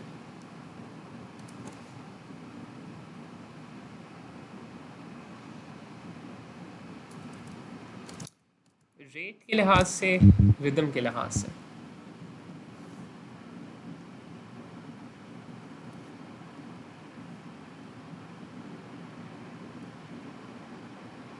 ब्रेडिकार्डिया लग रहा है। ब्रेडिकार्डिया लग रहा है। हम आर इंटरवल अगर देखें तो ये जो बड़ी लाइंस हैं, दीज आर लार्ज बॉक्सेस, 1 2 3 4 5 6 7 8 9 10 11 12, पता नहीं कितने ज़्यादा है। तो दिस पेशेंट हैज़ ब्रेडिकार्डिया। अब इस पेशेंट में ब्रेडिकार्डिया क्यों है? रेट आपने कंडक्शन नहीं है। ठीक है, चलो ये हम ECG के अंदर देखते हैं कि इस पेशेंट को ब्रेडिकार्डिया क्यों नहीं है। आपने रेट देख लिया। Lot of P waves. Lot of कौन सी वेव्स? पी वेव्स है। पी वेव्स है। टी वेव्स तो क्यूआरएक्स कॉम्प्लेक्स के बाद होती हैं। P waves. पी वेव्स, बिल्कुल ठीक है। There are a lot of P waves. तो there are many P waves and only, लेकिन वेंट्रिकल डीपोलराइज नहीं हो रहे। बिल्कुल 2 हैं। तो इसका क्या मतलब है? एवी ब्लॉक। ब्लॉक है। एवी ब्लॉक है, बिल्कुल एवी ब्लॉक है, बिल्कुल एवी ब्लॉक है। अब एवी ब्लॉक के आपने 3 टाइप्स आपको पता है।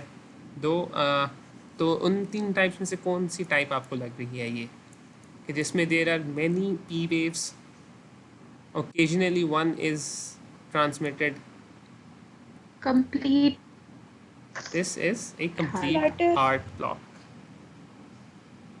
फ्लटर जो है ना, Flutter is a tachycardia. Flutter में जो हार्ट ब्लॉक के कंडक्शन रेशो है ना, वो थोड़ा फ़र्क है इसके मुकाबले में। मतलब आपको पता है कि एक कार्डियक सेल अगर वो डीपोलराइज होता है तो उसके बाद उस कुछ पीरियड के लिए रिफ्रैक्टरी रहता है। इसी सा कॉन्सेप्ट है आपको जी भाई। कि जब एक मतलब जिस तरह है ना कि अगर ये वेंट्रिकल्स हैं, अगर इस पॉइंट पे इनको स्टिमुलेशन मिली है तो एक क्यूआरएक्स कॉम्प्लेक्स आ गया है, लेकिन अगर मैं इस पॉइंट पे दोबारा इनको स्टिमुलेट करूँगा तो एक क्यूआरएक्स कॉम्प्लेक्स नहीं आएगा, क्योंकि वेंट्रिकल्स को क्यूआरएक्स कॉम्प्लेक्स आने के लिए रीपोलराइज होना पड़ेगा। तो फ्लटर में होता ये है कि जो स्टिमुलेशन मिलती है बार बार, वो क्यूआरएक्स कॉम्प्लेक्स की कंप्लीट होने से पहले मिलती है। तो इसीलिए उस दौरान जो है एवी नोड वो रिफ्रैक्टरी होता है, वो आगे इम्पल्सेस कंडक्ट नहीं कर पाता, जिसकी वजह से एक अपेरेंट सा हार्ट ब्लॉक होता है। यानी कि एट्रिया बार बार कंट्रैक्ट मतलब कर रहे हैं, उधर ऐसे नोड नहीं, एट्रिया में इलेक्ट्रिकल एक्टिविटी जनरेट हो रही है, लेकिन आगे वो ट्रांसमिट नहीं हो पा रही। हार्ट ब्लॉक में मैकेनिज़्म थोड़ा सा फ़र्क है, इसमें रिफ्रैक्टरीनेस की वजह से नहीं मसला होता है, इसमें एवी नोड के अंदर कोई पैथोलॉजी होती है जिसकी वजह से वो कंडक्ट नहीं हो पा रहे होते हैं इम्पल्सेस। कि थोड़ा मतलब थोड़े से मुश्किल कॉन्सेप्ट्स हैं, क्योंकि ये फिजियोलॉजी को काफ़ी ज़्यादा ना टाई इन करते हैं। एसपीटी भी, ब्रेडिकार्डिया भी, हार्ट ब्लॉक भी, फ्लटर भी, इसमें काफ़ी चीज़ें मुझे समझ आ रही हैं कि इस वक्त आपको क्लियर नहीं होंगी, तो मैं कोशिश कर रहा हूँ कि जो नहीं क्लियर आप पूछते जाएं। अभी आज जो है ना ज़्यादा क्वेश्चंस पर फिर थोड़ी सी पैथोफिजियोलॉजी डिस्कस कर लेते हैं। जो चीज़ नहीं क्लियर आती वो आप पूछते जाएं, जो सवाल आते जाएंगे। भाई फिर ये ट्रू हार्ट ब्लॉक है, रिफ्रैक्टरी है, सेकेंडरी टू एट्रियल फ्लटर? अच्छा, एट्रियल फ्लटर ना is a tachycardia. First of all ये याद रखना कि टैकीकार्डिया होगा और उसमें फ्लटर वेव्स आएंगी। फ्लटर वेव्स का मतलब ये है कि देखो एट्रिया, जब दो एट्रिया है ना, उसमें आपको पता है कि जो एट्रियल फ्लटर होता है वो री एंट्रेंट सर्किट्स की वजह से होता है। मतलब कि वो हार्ट वोल्टेज या इम्पल्स जो है ना वो हार्ट के अंदर ही घूमता रहता है। तो इसकी वजह से एक characteristic sort of P waves बनता है, पी वेव्स कैरेक्टरिस्टिक आती हैं, those are called sawtooth P waves. वो इस तरह ऊपर नीचे होती रहती हैं। तो फ्लटर के लिए ये सॉटूथ पी वेव्स का होना ज़रूरी है। इस केस में आप देखो वो सॉटूथ पी वेव्स नज़र आ रही हैं? नो नहीं। तो इसका ये मतलब है कि जो एट्रिया के अंदर ऐसे नोड से इम्पल्स जनरेट हो रहा है, वो सिर्फ एक बार ऐसे नोड तक ऐसे नोड से एवी नोड तक जा रहा है और उसके बाद ख़त्म हो गया है। अगर वो बार बार ही घूमता जाएगा इस एट्रिया के अंदर, तब आपको वो फ्लटर वेव्स मिलेंगी बड़ी सी। ठीक है, पहली बात ये। दूसरी बात ये कि इस पेशेंट में आप देखो कि एक क्यूआरएक्स कॉम्प्लेक्स आ गया है, उसके बाद एक टी वेव आई है, इन्वर्टेड है हालांकि, लेकिन टी वेव के बाद तो क्यूआरएक्स वेंट्रिकल्स, मतलब जब टी वेव के एंड पे ventricles are repolarised, they are ready to be stimulated again, लेकिन उसकी बजाय भी पी वेव्स आ रही हैं, ventricles are not being stimulated. तो इसका ये मतलब है कि वेंट्रिकल्स आर नॉट रिफ्रैक्टरी, या the AV node is not refractory, there is some blockage in the voltage. Clear हुई तो है? भाई अगर ये लेकिन अगर ये कंप्लीट हार्ट ब्लॉक होता तो फिर तो क्यूआरएस कॉम्प्लेक्स एक नेक्स्ट आना ही नहीं चाहिए ना? बिल्कुल, आपकी इस बात से ठीक है। अच्छा, अब इसमें ना दोबारा हम थोड़ा सा एक कॉन्सेप्ट लेके जाते हैं पेस मेकर्स का। आपको पता है हार्ट के अंदर नेचुरल पेस मेकर्स कितने होते हैं?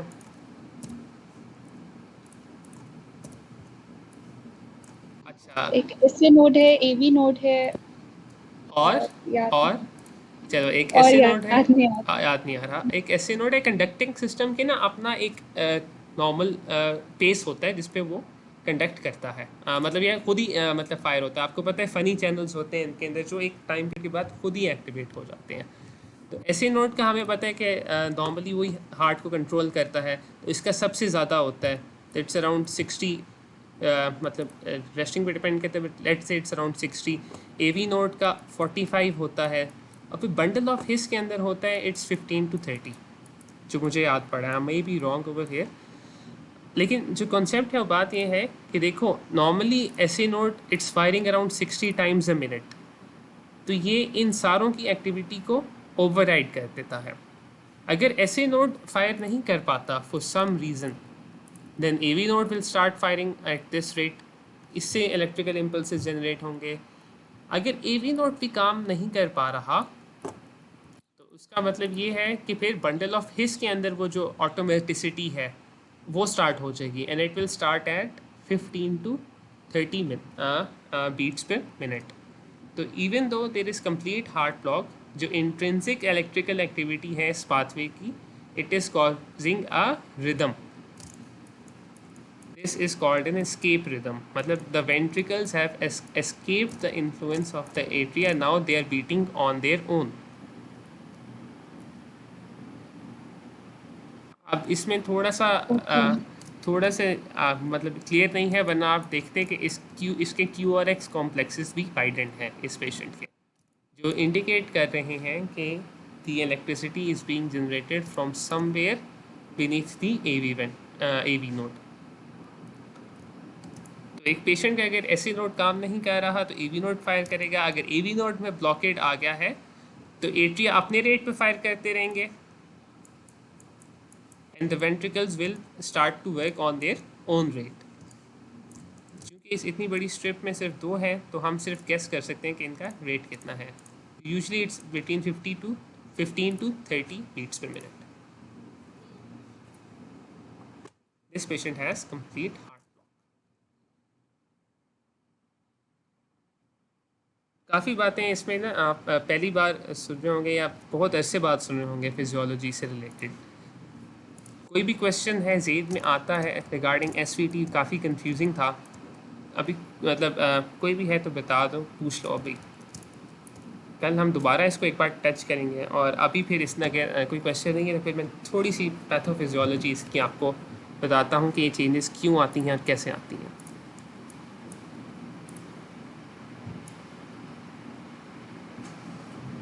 कोई क्वेश्चन है? ये सब कुछ क्लियर है? क्लियर है, चलो ठीक है। अच्छा, अभी हमने जब सुप्रावेंट्रिकुलर टैकीकार्डिया डिस्कस किए थे तो हमने कहा था it might be a flutter, it might be fibrillation, और it may be a ventricular tachycardia और nodal reentrant tachycardia. These two tachycardias they are called reentry tachycardias. Reentry tachycardia का क्या मतलब है, थोड़ा सा आज इसको टच कर लेते हैं इस कॉन्सेप्ट को।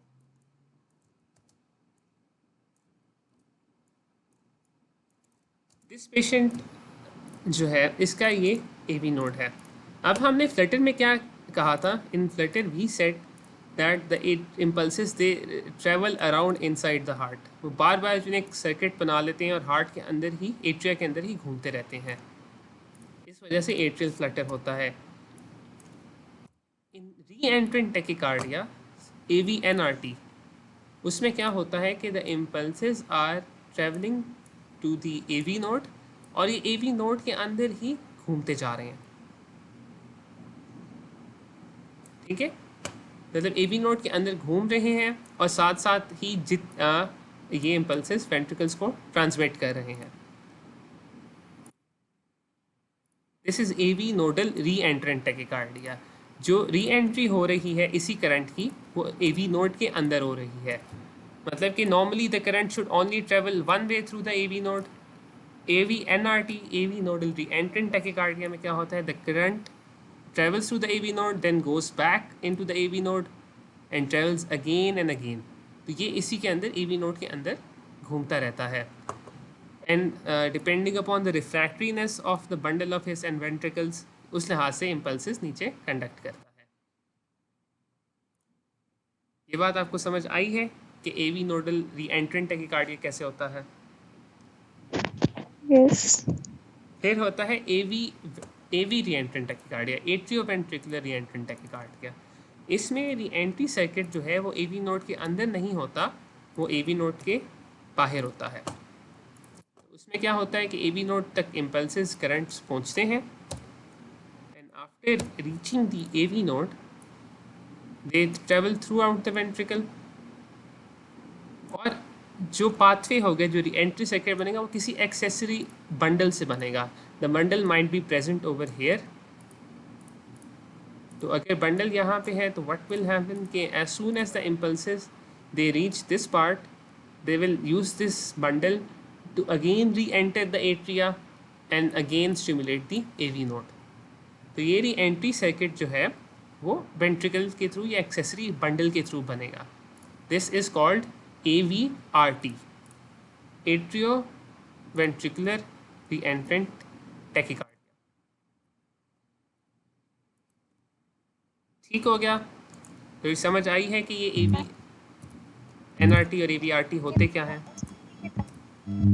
आपकी आवाज़ कोई बोल रहा है, आवाज़ मुझे बिल्कुल भी नहीं आ रही।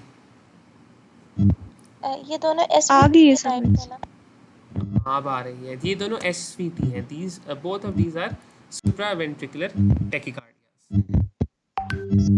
सही है। ठीक है, both of these are supraventricular tachycardias। इसमें ये होता है कि अगर एवी नोड के अंदर ही इम्पल्सेस बार बार घूम रहे हैं तो आप खुद देखो कि, चलो मैं पहले AVRT ड्रॉ करता हूँ।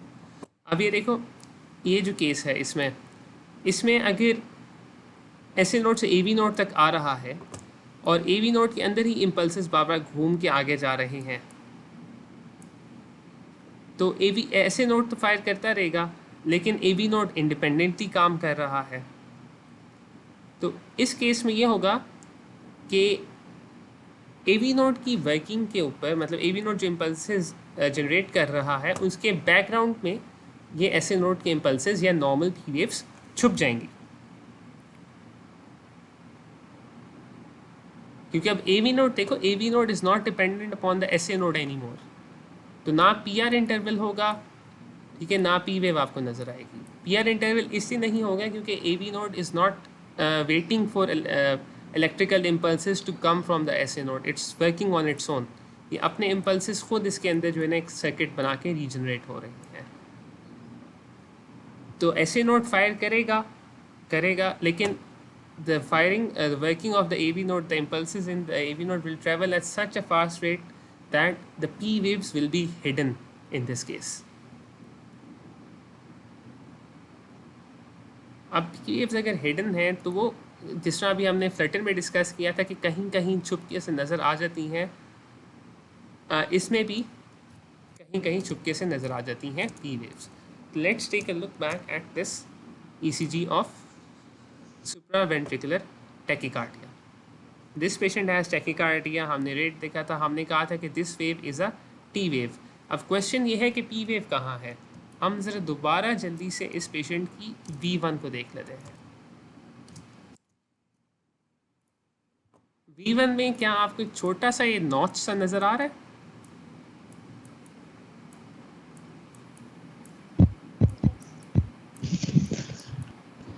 Yes. This is actually the P wave। अब आप खुद देखो कि P wave कैसे इस ECG के अंदर जो है ना छुपी हुई है एक तरह से, इट्स हिडन, कि हर जगह नज़र नहीं आ रही, कहीं कहीं गलती से नज़र आ जाती है। तो here right now it's visible over here, it's hidden inside this QRX complex। Similarly मैं आपको दो ECGs के AVRs, लीड AVR दिखाता हूँ और फिर आपने मुझे बताना है कि आपको क्या लगता है गड़बड़ क्या है।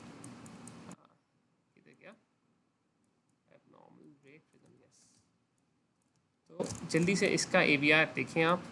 इस लीड में आपने AVR देखना है और फिर आपने जो SVT है उसके AVR को कंपेयर करना है और फिर आपने मुझे बताना है कि क्या एबनॉर्मेलिटी लग रही है आपको AVR में। इन दोनों AVRs को आप कंपेयर करें साइड बाय साइड। इसको थोड़ा सा छोटा कर लेते हैं ताकि इसके क्या हो रहा है, मेरे को मैं एक मिनट दोबारा करूं।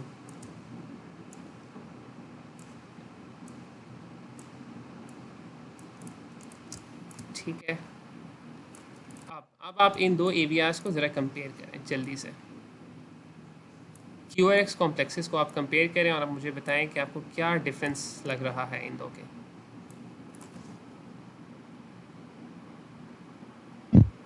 जो बैंक वाली है उसमें P wave before the QRS complex है अच्छा, इसमें आपको एक और पी वेव तो नज़र आ रही है, बिल्कुल, this is the P wave. इसमें आपको पी वेव नहीं मिल रही। QRS कॉम्प्लेक्स की मॉर्फोलॉजी पे आप थोड़ा सा गौर करें।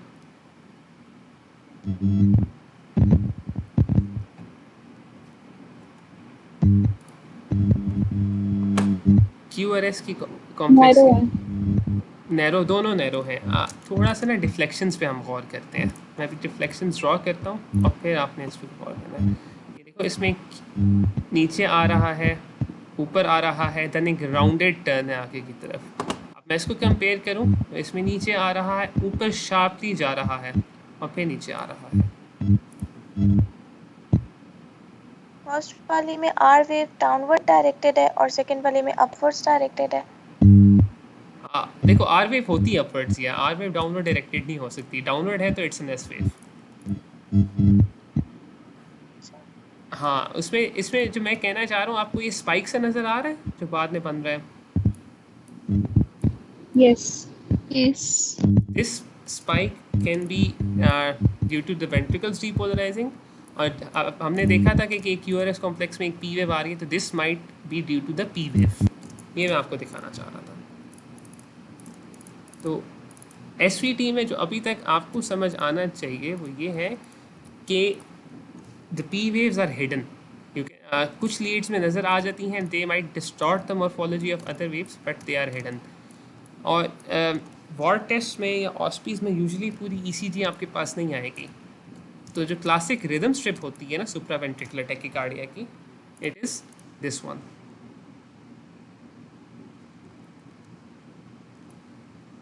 ठीक है, तो ये ECG स्ट्रिप जो है ना, इसको आपने गौर से देख लेना।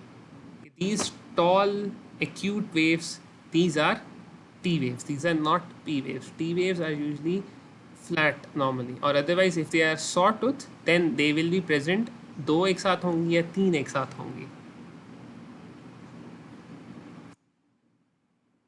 वेव क्यों नहीं नीचे डायरेक्टेड हो सकता अगर करंट वेव कर रहा हो तो? P wave नीचे डायरेक्टेड हो सकता है, बिल्कुल हो सकता है। आप किस वेव की बात कर रही हैं? आपके बोलने के साथ ना शोर बहुत ज़्यादा आ जाता है। आर वेव देखो, उसको नाम ही हमने ये दिया हुआ है। QRS कॉम्प्लेक्स को जब आप टर्म करते हो ना, टर्मिनोलॉजी या जब यूज़ करते हैं, तो जो पॉजिटिव डिफ्लेक्शन होता है ना, उसको हमेशा आर कहते हैं। पॉजिटिव डिफ्लेक्शन से पहले अगर नेगेटिव डिफ्लेक्शन है तो उसको आप Q कह देते हैं, अगर उसके बाद में नेगेटिव डिफ्लेक्शन है उसको आप S कह देते हैं।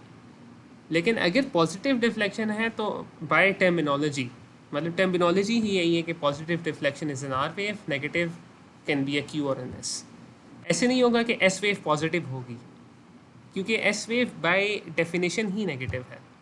If it's negative it can not be an R wave, if it's positive it can not be an S wave और Q वेव। ये डिफरेंट मॉर्फोलॉजीज़ हैं जो मतलब ECGs में मिलती हैं। आप इन सब में देख लें कि on the positive wave is called an R wave, only the positive wave is called an R wave. Negative पहले अगर है तो इट्स अ Q, बाद में अगर है तो it's an S। Okay, thank you. ठीक है, तो अभी तक कोई क्वेश्चन है? आप लोगों को समझ आ गया है कि how to differentiate between an SVT and VT, ventricular tachycardia? SVT में कैसे डिफ्रेंशिएट करेंगे? यस भाई। चलो, ये थोड़ा सा मुश्किल कॉन्सेप्ट है इन द सेंस कि थोड़ा सा मेरे लिए मुश्किल है समझाना, क्योंकि मेरे अपने कुछ कॉन्सेप्ट जो हैं जो मैं बताता हूँ तब जाके क्लियर होते हैं। उम्मीद करता हूँ कि इतना आप लोगों को समझ आ गया होगा कि कैसे डिफ्रेंशिएट करना है इन द टू। और ये जो क्लासिक रिदम स्ट्रिप्स है ना, इनको आप ज़रा बार बार गौर से देख लेने का, क्योंकि ये हैं जो फाइनल ईयर के लेवल पे रखते होते हैं वॉर टेस्ट के अंदर या ऑस्पीज वाइवर्स के अंदर। तो तकरीबन 5 मिनट रहते हैं, एक और छोटा सा कॉन्सेप्ट मैं AVRT के हवाले से आज डिस्कस करना चाह रहा हूँ ताकि कल हम ट्रीटमेंट की देखें, कल हम क्लिनिकल आ जाएंगे, आज ECG पे ख़त्म कर लेंगे। तो अब ये जो आप राइट साइड पे फिगर एक देख रहे हैं, ये वाला, इसमें क्या शो हो रहा है? Is this an AVRT or is this an AVNRT?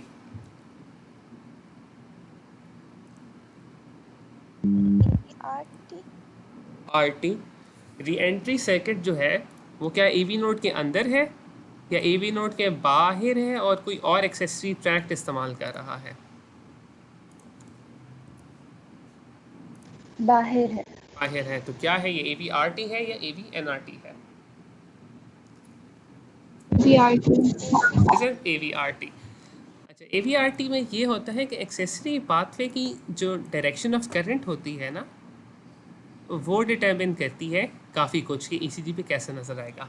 तो हम अब ले लेते हैं पहला ये केस जिसमें, सॉरी ऑर्थोड्रोमिक ले लेते हैं पहला वाला केस ये, जिसमें आप देखो कि AV नोड के अंदर से आगे की तरफ करंट पास कर रहा है या बैकवर्ड्स करंट पास कर रहा है? रेड एरोस के लिहाज से आप मुझे ये बताएं। आगे की तरफ। तो आगे के लिहाज से इसको कहा हुआ है ऑर्थोड्रोमिक। अब आप मुझे बताएं कि इस केस में जो वेंट्रिकल्स हैं वो नॉर्मल पाथवे से स्टिमुलेट हो रहे हैं या एबनॉर्मल पाथवे से? नॉर्मल पाथवे से। तो QRX कॉम्प्लेक्स नैरो होगा या वाइड होगा इन दिस केस? नैरो होगा। Excellent, let's move. नैरो होगा, बिल्कुल। अब दूसरी केस देख लेते हैं। इसमें आप मुझे बताएं कि AV नोड बैकवर्ड्स कंडक्ट कर रहा है या फॉरवर्ड्स कंडक्ट कर रहा है? बैकवर्ड कर रहा है। बैकवर्ड कर रहा है। तो वेंट्रिकल्स क्या नॉर्मल पाथवे से स्टिमुलेट हो रहे हैं या एबनॉर्मल पाथवे से? एबनॉर्मल पाथवे से। तो in this case QRX complex narrow होगा या वाइड होगा? नैरो होगा। वाइड होगा। QRX complex ventricles are being stimulated by an abnormal pathway, not the normal system. Normal pathway कैसे है? ये देखो ना कि इसमें रीएंट्री सर्किट को फॉलो करो कि नॉर्मली क्या होता है कि AV नोड पास करता है। ऑर्थोड्रोमिक में भी हमने कहा था कि AV नोड के अंदर से करंट पास कर रहा है और वो घूम के वापस इससे आ रहा है, इस एबनॉर्मल पाथवे से वापस आ रहा है और फिर AV नोड को स्टिमुलेट कर रहा है। जबकि राइट साइड पे क्या हो रहा है, इन दिस एंटीड्रोमिक कंडक्शन, ऐसे नोड से एबनॉर्मल पाथवे के थ्रू जा रहा है और एबनॉर्मल पाथवे के बाद वेंट्रिकल स्टिमुलेट हो रहे हैं और एबनॉर्मल पाथवे से करंट वापस आता है AV नोड के अंदर और AV नोड से घूम के वापस उस पाथवे से दोबारा घूमता है। एक सर्किट एस्टैब्लिश हो रहा है। ठीक है, सही है। तो अब एबनॉर्मल पाथवे है, इसमें QRX कॉम्प्लेक्स नैरो होगा या वाइड होगा? वाइड होगा। वाइड होगा। तो अभी आपने वाइड QRX कॉम्प्लेक्स के डिफरेंशियल्स में क्या चीज़ रखी थी? एक ब्रॉड QRX कॉम्प्लेक्स के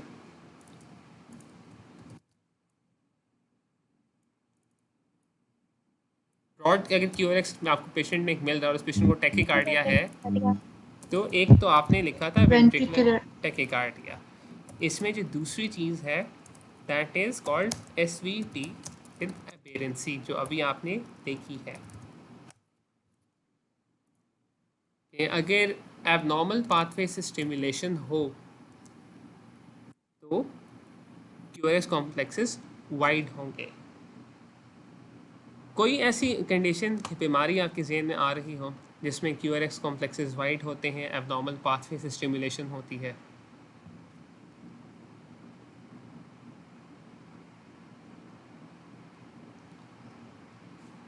अच्छा, चलो मुझे आप ये बताओ कि अच्छा इस पेशेंट में अगर टैकीकार्डिया है, ठीक है, अगर टैकीकार्डिया नहीं है, नॉर्मल हार्ट रेट है पेशेंट में, तो अगर एक एबनॉर्मल पाथवे पहले वेंट्रिकल्स को स्टिमुलेट कर रहा है, एक्टॉपिक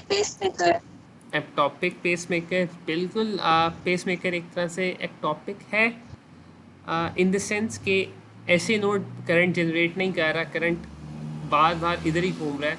तो चूँकि एक स्पेसिफिक जगह नहीं है तो इट्स नॉट अ पेसमेकर, एक सर्किट बना रहा है, एक एरिया में घूम रहा है, तो इसलिए इसको सर्किट कह रहे हैं। वो तो है ही है। लास्ट टाइम हमने डिस्कस किया था कि एक्सेसरी पाथवे से अगर वेंट्रिकल स्टिमुलेट हो, WBW, एक्सीलेंट, WBW में ये होता है। रेस्टिंग कंडीशन में डेल्टा वेव आएगी, और अगर टैकीकार्डिया है तो फिर कैसा टैकीकार्डिया होगा? Broad complex tachycardia. अब हम इस पेशेंट को देखते हैं, रेट क्या है, QRX कॉम्प्लेक्सेस क्या हैं, सिर्फ इन पे गौर करें अभी।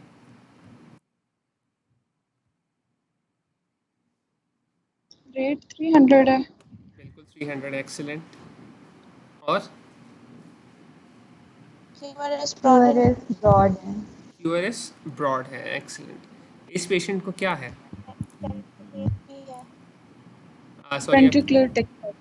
Ventricular tachycardia. इस पेशेंट को SVT विद एबेरेंसी क्यों नहीं है? SVT विद एबेरेंसी का मतलब ये है कि इस पेशेंट में ये वाला री एंट्री सर्किट क्यों नहीं है, इसमें AV नोड से वापस आ रहा है, एक्सेसरी पाथवे से कंडक्ट हो रहा है, वो क्यों नहीं है? क्योंकि ब्रॉड बेस्ड है ना, तो Broad उसके based अंदर है। फोकस वेंट्रिकल के अंदर ही होगा था। इसमें भी ब्रॉड बेस्ड होगा। अभी आपने खुद मुझे थोड़ी देर पहले डेल्टा बताया। वेव की तरह चला रही है। Delta wave, delta wave resting में होगी, ठीक है। डेल्टा वेव रेस्टिंग कंडीशन में होगी। इसी पेशेंट का रेस्टिंग इसीलिए मैं आपको थोड़ी देर बाद दिखाता हूँ कि जब ये टैकीकार्डिया की ट्रीटमेंट की गई तो फिर रेस्टिंग के ऊपर क्या हुआ। तो सिर्फ ECG की बेसिस पे ना आप नहीं डिफ्रेंशिएट कर सकते, कुछ फीचर्स होते हैं और आज आप अपनी बुक्स में जाके पढ़ेंगे और फिर कल हम उनको डिस्कस करेंगे। वो आपने पढ़ने हैं, क्योंकि मैं अभी पढ़ाने लग के टाइम ज़्यादा लग जाएगा, आपने देख लेने हैं।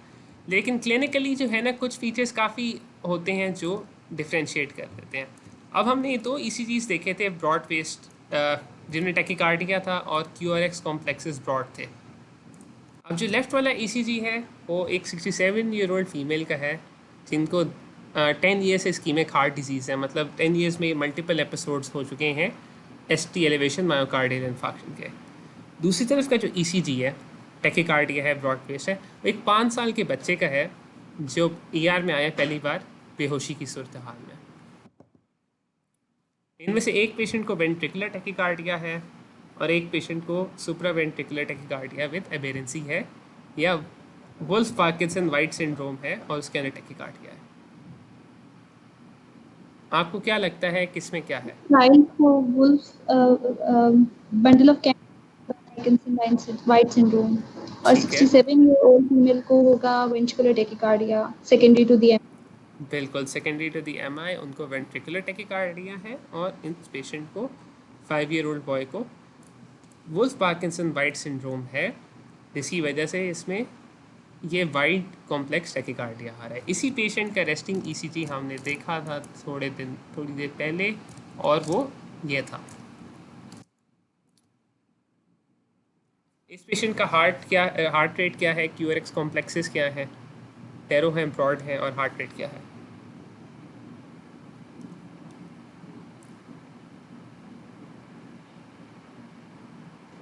हार्ट रेट 60, ऑलमोस्ट 60, बिल्कुल ठीक है। QRX कॉम्प्लेक्स, अगर मैं थोड़ा सा ज़्यादा जूम इन करूँ, QRX वाइडेंट है। और कोई इसमें चीज़ नज़र आ रही है ख़ास जो हमने डिस्कस की थी last time? Delta wave, excellent. तो यही पेशेंट शॉर्टर PR इंटरवल, बिल्कुल shortened PR interval, delta wave, broad QRX complex. जो बंडल्स होते हैं दे आर प्रेजेंट, जो बंडल ऑफ केंट होता है, कोई भी इस तरह एबेरेंट पाथवे वो फ्रॉम बर्थ होते हैं, वो डेवलप नहीं करते। तो यंग पेशेंट्स में, जिस तरह अभी आपने भी देखा 5-year-old पेशेंट था ये, तो इसमें फिर SVT विद एबेरेंसी सस्पेक्ट करेंगे। तो ये था एक पेशेंट, रेस्टिंग ECG जिसका ऐसा था, wide complex wide complex QRX wide QRX complex था, टैकीकार्डिया नहीं था, रेस्टिंग कंडीशन में ये था। जब टैकीकार्डिया हुआ इस पेशेंट को तो आपने फिर उसका ECG देखा, वो ऐसा था। और दोनों ही रेस्टिंग में और टैकीकार्डिया में पैथोफिजियोलॉजी इज़ द सेम. जो एक्सेसरी पाथवे है it is conducting the voltages and they are re entering via the AV node, और ये सर्कल जो है वो चलता जा रहा है. अगर ये बहुत ज़्यादा तेज़ चलेगा तो patient will have tachycardia broad complex. अगर स्लो चल रहा है तो patient will have wide QRX complexes and delta waves. ठीक हो गया. अभी तक वेव ECG के हवाले से किसी को भी कोई सवाल from starting till now, rate, rhythm, axis, intervals और सेगमेंट्स के लिहाज से कोई कंफ्यूजन है तो अभी आप पूछ लें. भाई टॉर्सेट्स या पॉलीमॉर्फिक वेंट्रिकुलर टैकीकार्डिया की ECG दोबारा दिखा देंगे? दोबारा देख लें आप. ये बोर्ड का लिंक आपके पास है, आप बार बार बेशक आके इसे देखें. ठीक है. टॉर्सेट्स एक थोड़ा सा डिफ़िकल्ट मतलब आ जाता है कॉन्सेप्ट, लेकिन ये इस लिहाज से मैंने जिक्र किया क्योंकि ये भी एक वेंट्रिकुलर टैकीकार्डिया है और पॉलीमॉर्फिक इन द सेंस है कि देखो पहला QRX कॉम्प्लेक्स और दूसरे में कितना डिफरेंस है. और ये डिफरेंस इस तरह है कि एक मतलब इस तरह जो है ना वो एक पॉइंट के इर्द घूम रहा है, ट्विस्ट हो रहा है एक पॉइंट के इर्द ECG. इसका कैरेक्टरिस्टिक ECG है.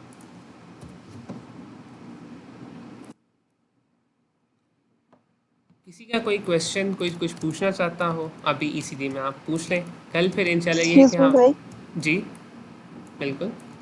भाई जो आपने बताया था कि वेंट्रिकुलर टैकीकार्डिया में QRS कॉम्प्लेक्स ब्रॉड होता है फिर भी टैकीकार्डिया होता है, ये मुझे नहीं समझ आई बात कि अगर वेंट्रिकल्स डीपोलराइज होने में ज़्यादा टाइम ले रहे हैं तो फिर हार्ट रेट ज़्यादा कैसे होगा? हार्ट रेट ज़्यादा कैसे होगा? ठीक है. वेंट्रिकल्स डीपोलराइज होने में ज़्यादा टाइम इस लिहाज से ले रहे हैं. अच्छा, पहली बात ये कि जो QRX कॉम्प्लेक्स है ना, इट इंडिकेट्स कि जो कंडक्शन है वो तेज़ हो रही है या स्लो हो रही है. एक चीज़ ये है, जो रेट डिपेंड करता है ना वो उस एबनॉर्मल फोकस पे डिपेंड करता है जहाँ से इलेक्ट्रिकल इम्पल्सेस जनरेट हो रहे हैं. फॉर एग्जांपल अगर इस पॉइंट से जनरेट हो रहे हैं तो कितनी बार ये जनरेट करता है, rate will depend upon that. एक चीज़ ये. दूसरी बात ये कि बिल्कुल जब QRX ब्रॉड है तो इसका मतलब है कि कंडक्शन टाइम ज़्यादा है. It can be due to the activation of मतलब एक वजह तो ये हो सकती है कि जो रास्ता है मतलब the ventricles they are enlarged, उनमें टाइम ले रहे हैं. दूसरी कंडीशन ये हो सकती है कि नॉर्मल कंडक्टिव सिस्टम पे रश बहुत ज़्यादा है, इट्स स्लो. तीसरी कंडीशन ये हो सकती है जो कार्डियक मायोसाइट्स हैं उनके थ्रू एक्टिवेट हो रहा है and not via this normal pathway. तो हार्ट रेट जहाँ इस चीज़ पे डिपेंड कर रहा है कि ये फोकस कितनी देर बाद फायर करेगा. दूसरी चीज़ जो इम्पॉर्टेंट है वो ये है कि कार्डियक मायोसाइट्स रिफ्रैक्टरी कितनी देर में. और उसी हिसाब से आपकी बात ये ठीक है कि अगर वेंट्रिकल्स रिफ्रैक्टरी होंगे तो ये इस फोकस के इम्पल्स को नहीं करेंगे. अब सवाल ये पैदा होता है कि किस रेट पे जाके या कितने रेट पे जाके जो वेंट्रिकल्स हैं वो रिफ्रैक्टरी होना शुरू हो जाते हैं. यानी कि एक हद तक वेंट्रिकल्स जो है ना इसके इम्पल्सेस कंडक्ट करेंगे. क्या वो 150 इम्पल्सेस पर मिनट हैं या 200 हैं कि जिससे ऊपर वो कंडक्ट नहीं कर पाएंगे क्योंकि उस दौरान रिफ्रैक्टरी पीरियड में उनको इम्पल्सेस मिलना शुरू हो जाएंगे. तो इनकी रिफ्रैक्टिव पीरियड पे भी डिपेंड करता है और इसकी जनरेशन पे भी डिपेंड करता है. अब ये कॉन्सेप्ट जेनेटिकली अप्लाई इस तरह होता है कि एट्रिया जो है वो AV नोड्स के थ्रू काफ़ी जल्दी से इम्पल्सेस भेज देता है. इसलिए जो एट्रियल फ्लटर होता है, क्या SVT होता है, उसमें हार्ट रेट अभी आपने देखा एक तरह 150 भी आया था, एक जगह 200 भी आया था और एक जगह 250 भी आया था. ऐसे ही है ना. अभी हमने जो ECG ऊपर देखी है एक जगह हमने 250 भी हार्ट रेट कैलकुलेट किया था. आई थिंक इस वाली में किया था या कोई और थी, मेरे ज़हन से निकल गया. लेकिन वेंट्रिकल्स क्योंकि फोकस पे भी डिपेंड करते हैं वेंट्रिकुलर टैकीकार्डिया में और वेंट्रिकल्स की अपनी रिफ्रैक्टरीनेस से भी डिपेंड करता है. वेंट्रिकुलर रेट सेल्डम क्रॉसेस 200 क्योंकि उसके बाद जो है वो वेंट्रिकल्स रिफ्रैक्टरी होना शुरू हो जाते हैं. सही है भाई, थैंक यू सो मच. ठीक है. बस आपने ये चीज़ याद रखनी है जो इसेंशियल है कि QRS कॉम्प्लेक्स ये बताता है कि वेंट्रिकल्स डीपोलराइज किस तरह हो रहे हैं, और रेट आपको ये रेट भी आप में हेल्प करेगा क्योंकि वेंट्रिकुलर टैकीकार्डिया में सेल्डम 200 से ऊपर जाएगा और वो उस कॉन्सेप्ट से रिलेट करता है, लेकिन क्लिनिकली ये शायद रेट उतना इम्पॉर्टेंट नहीं है जितना QRS कॉम्प्लेक्स का ब्रॉड होना या नैरो होना है। सही है भाई।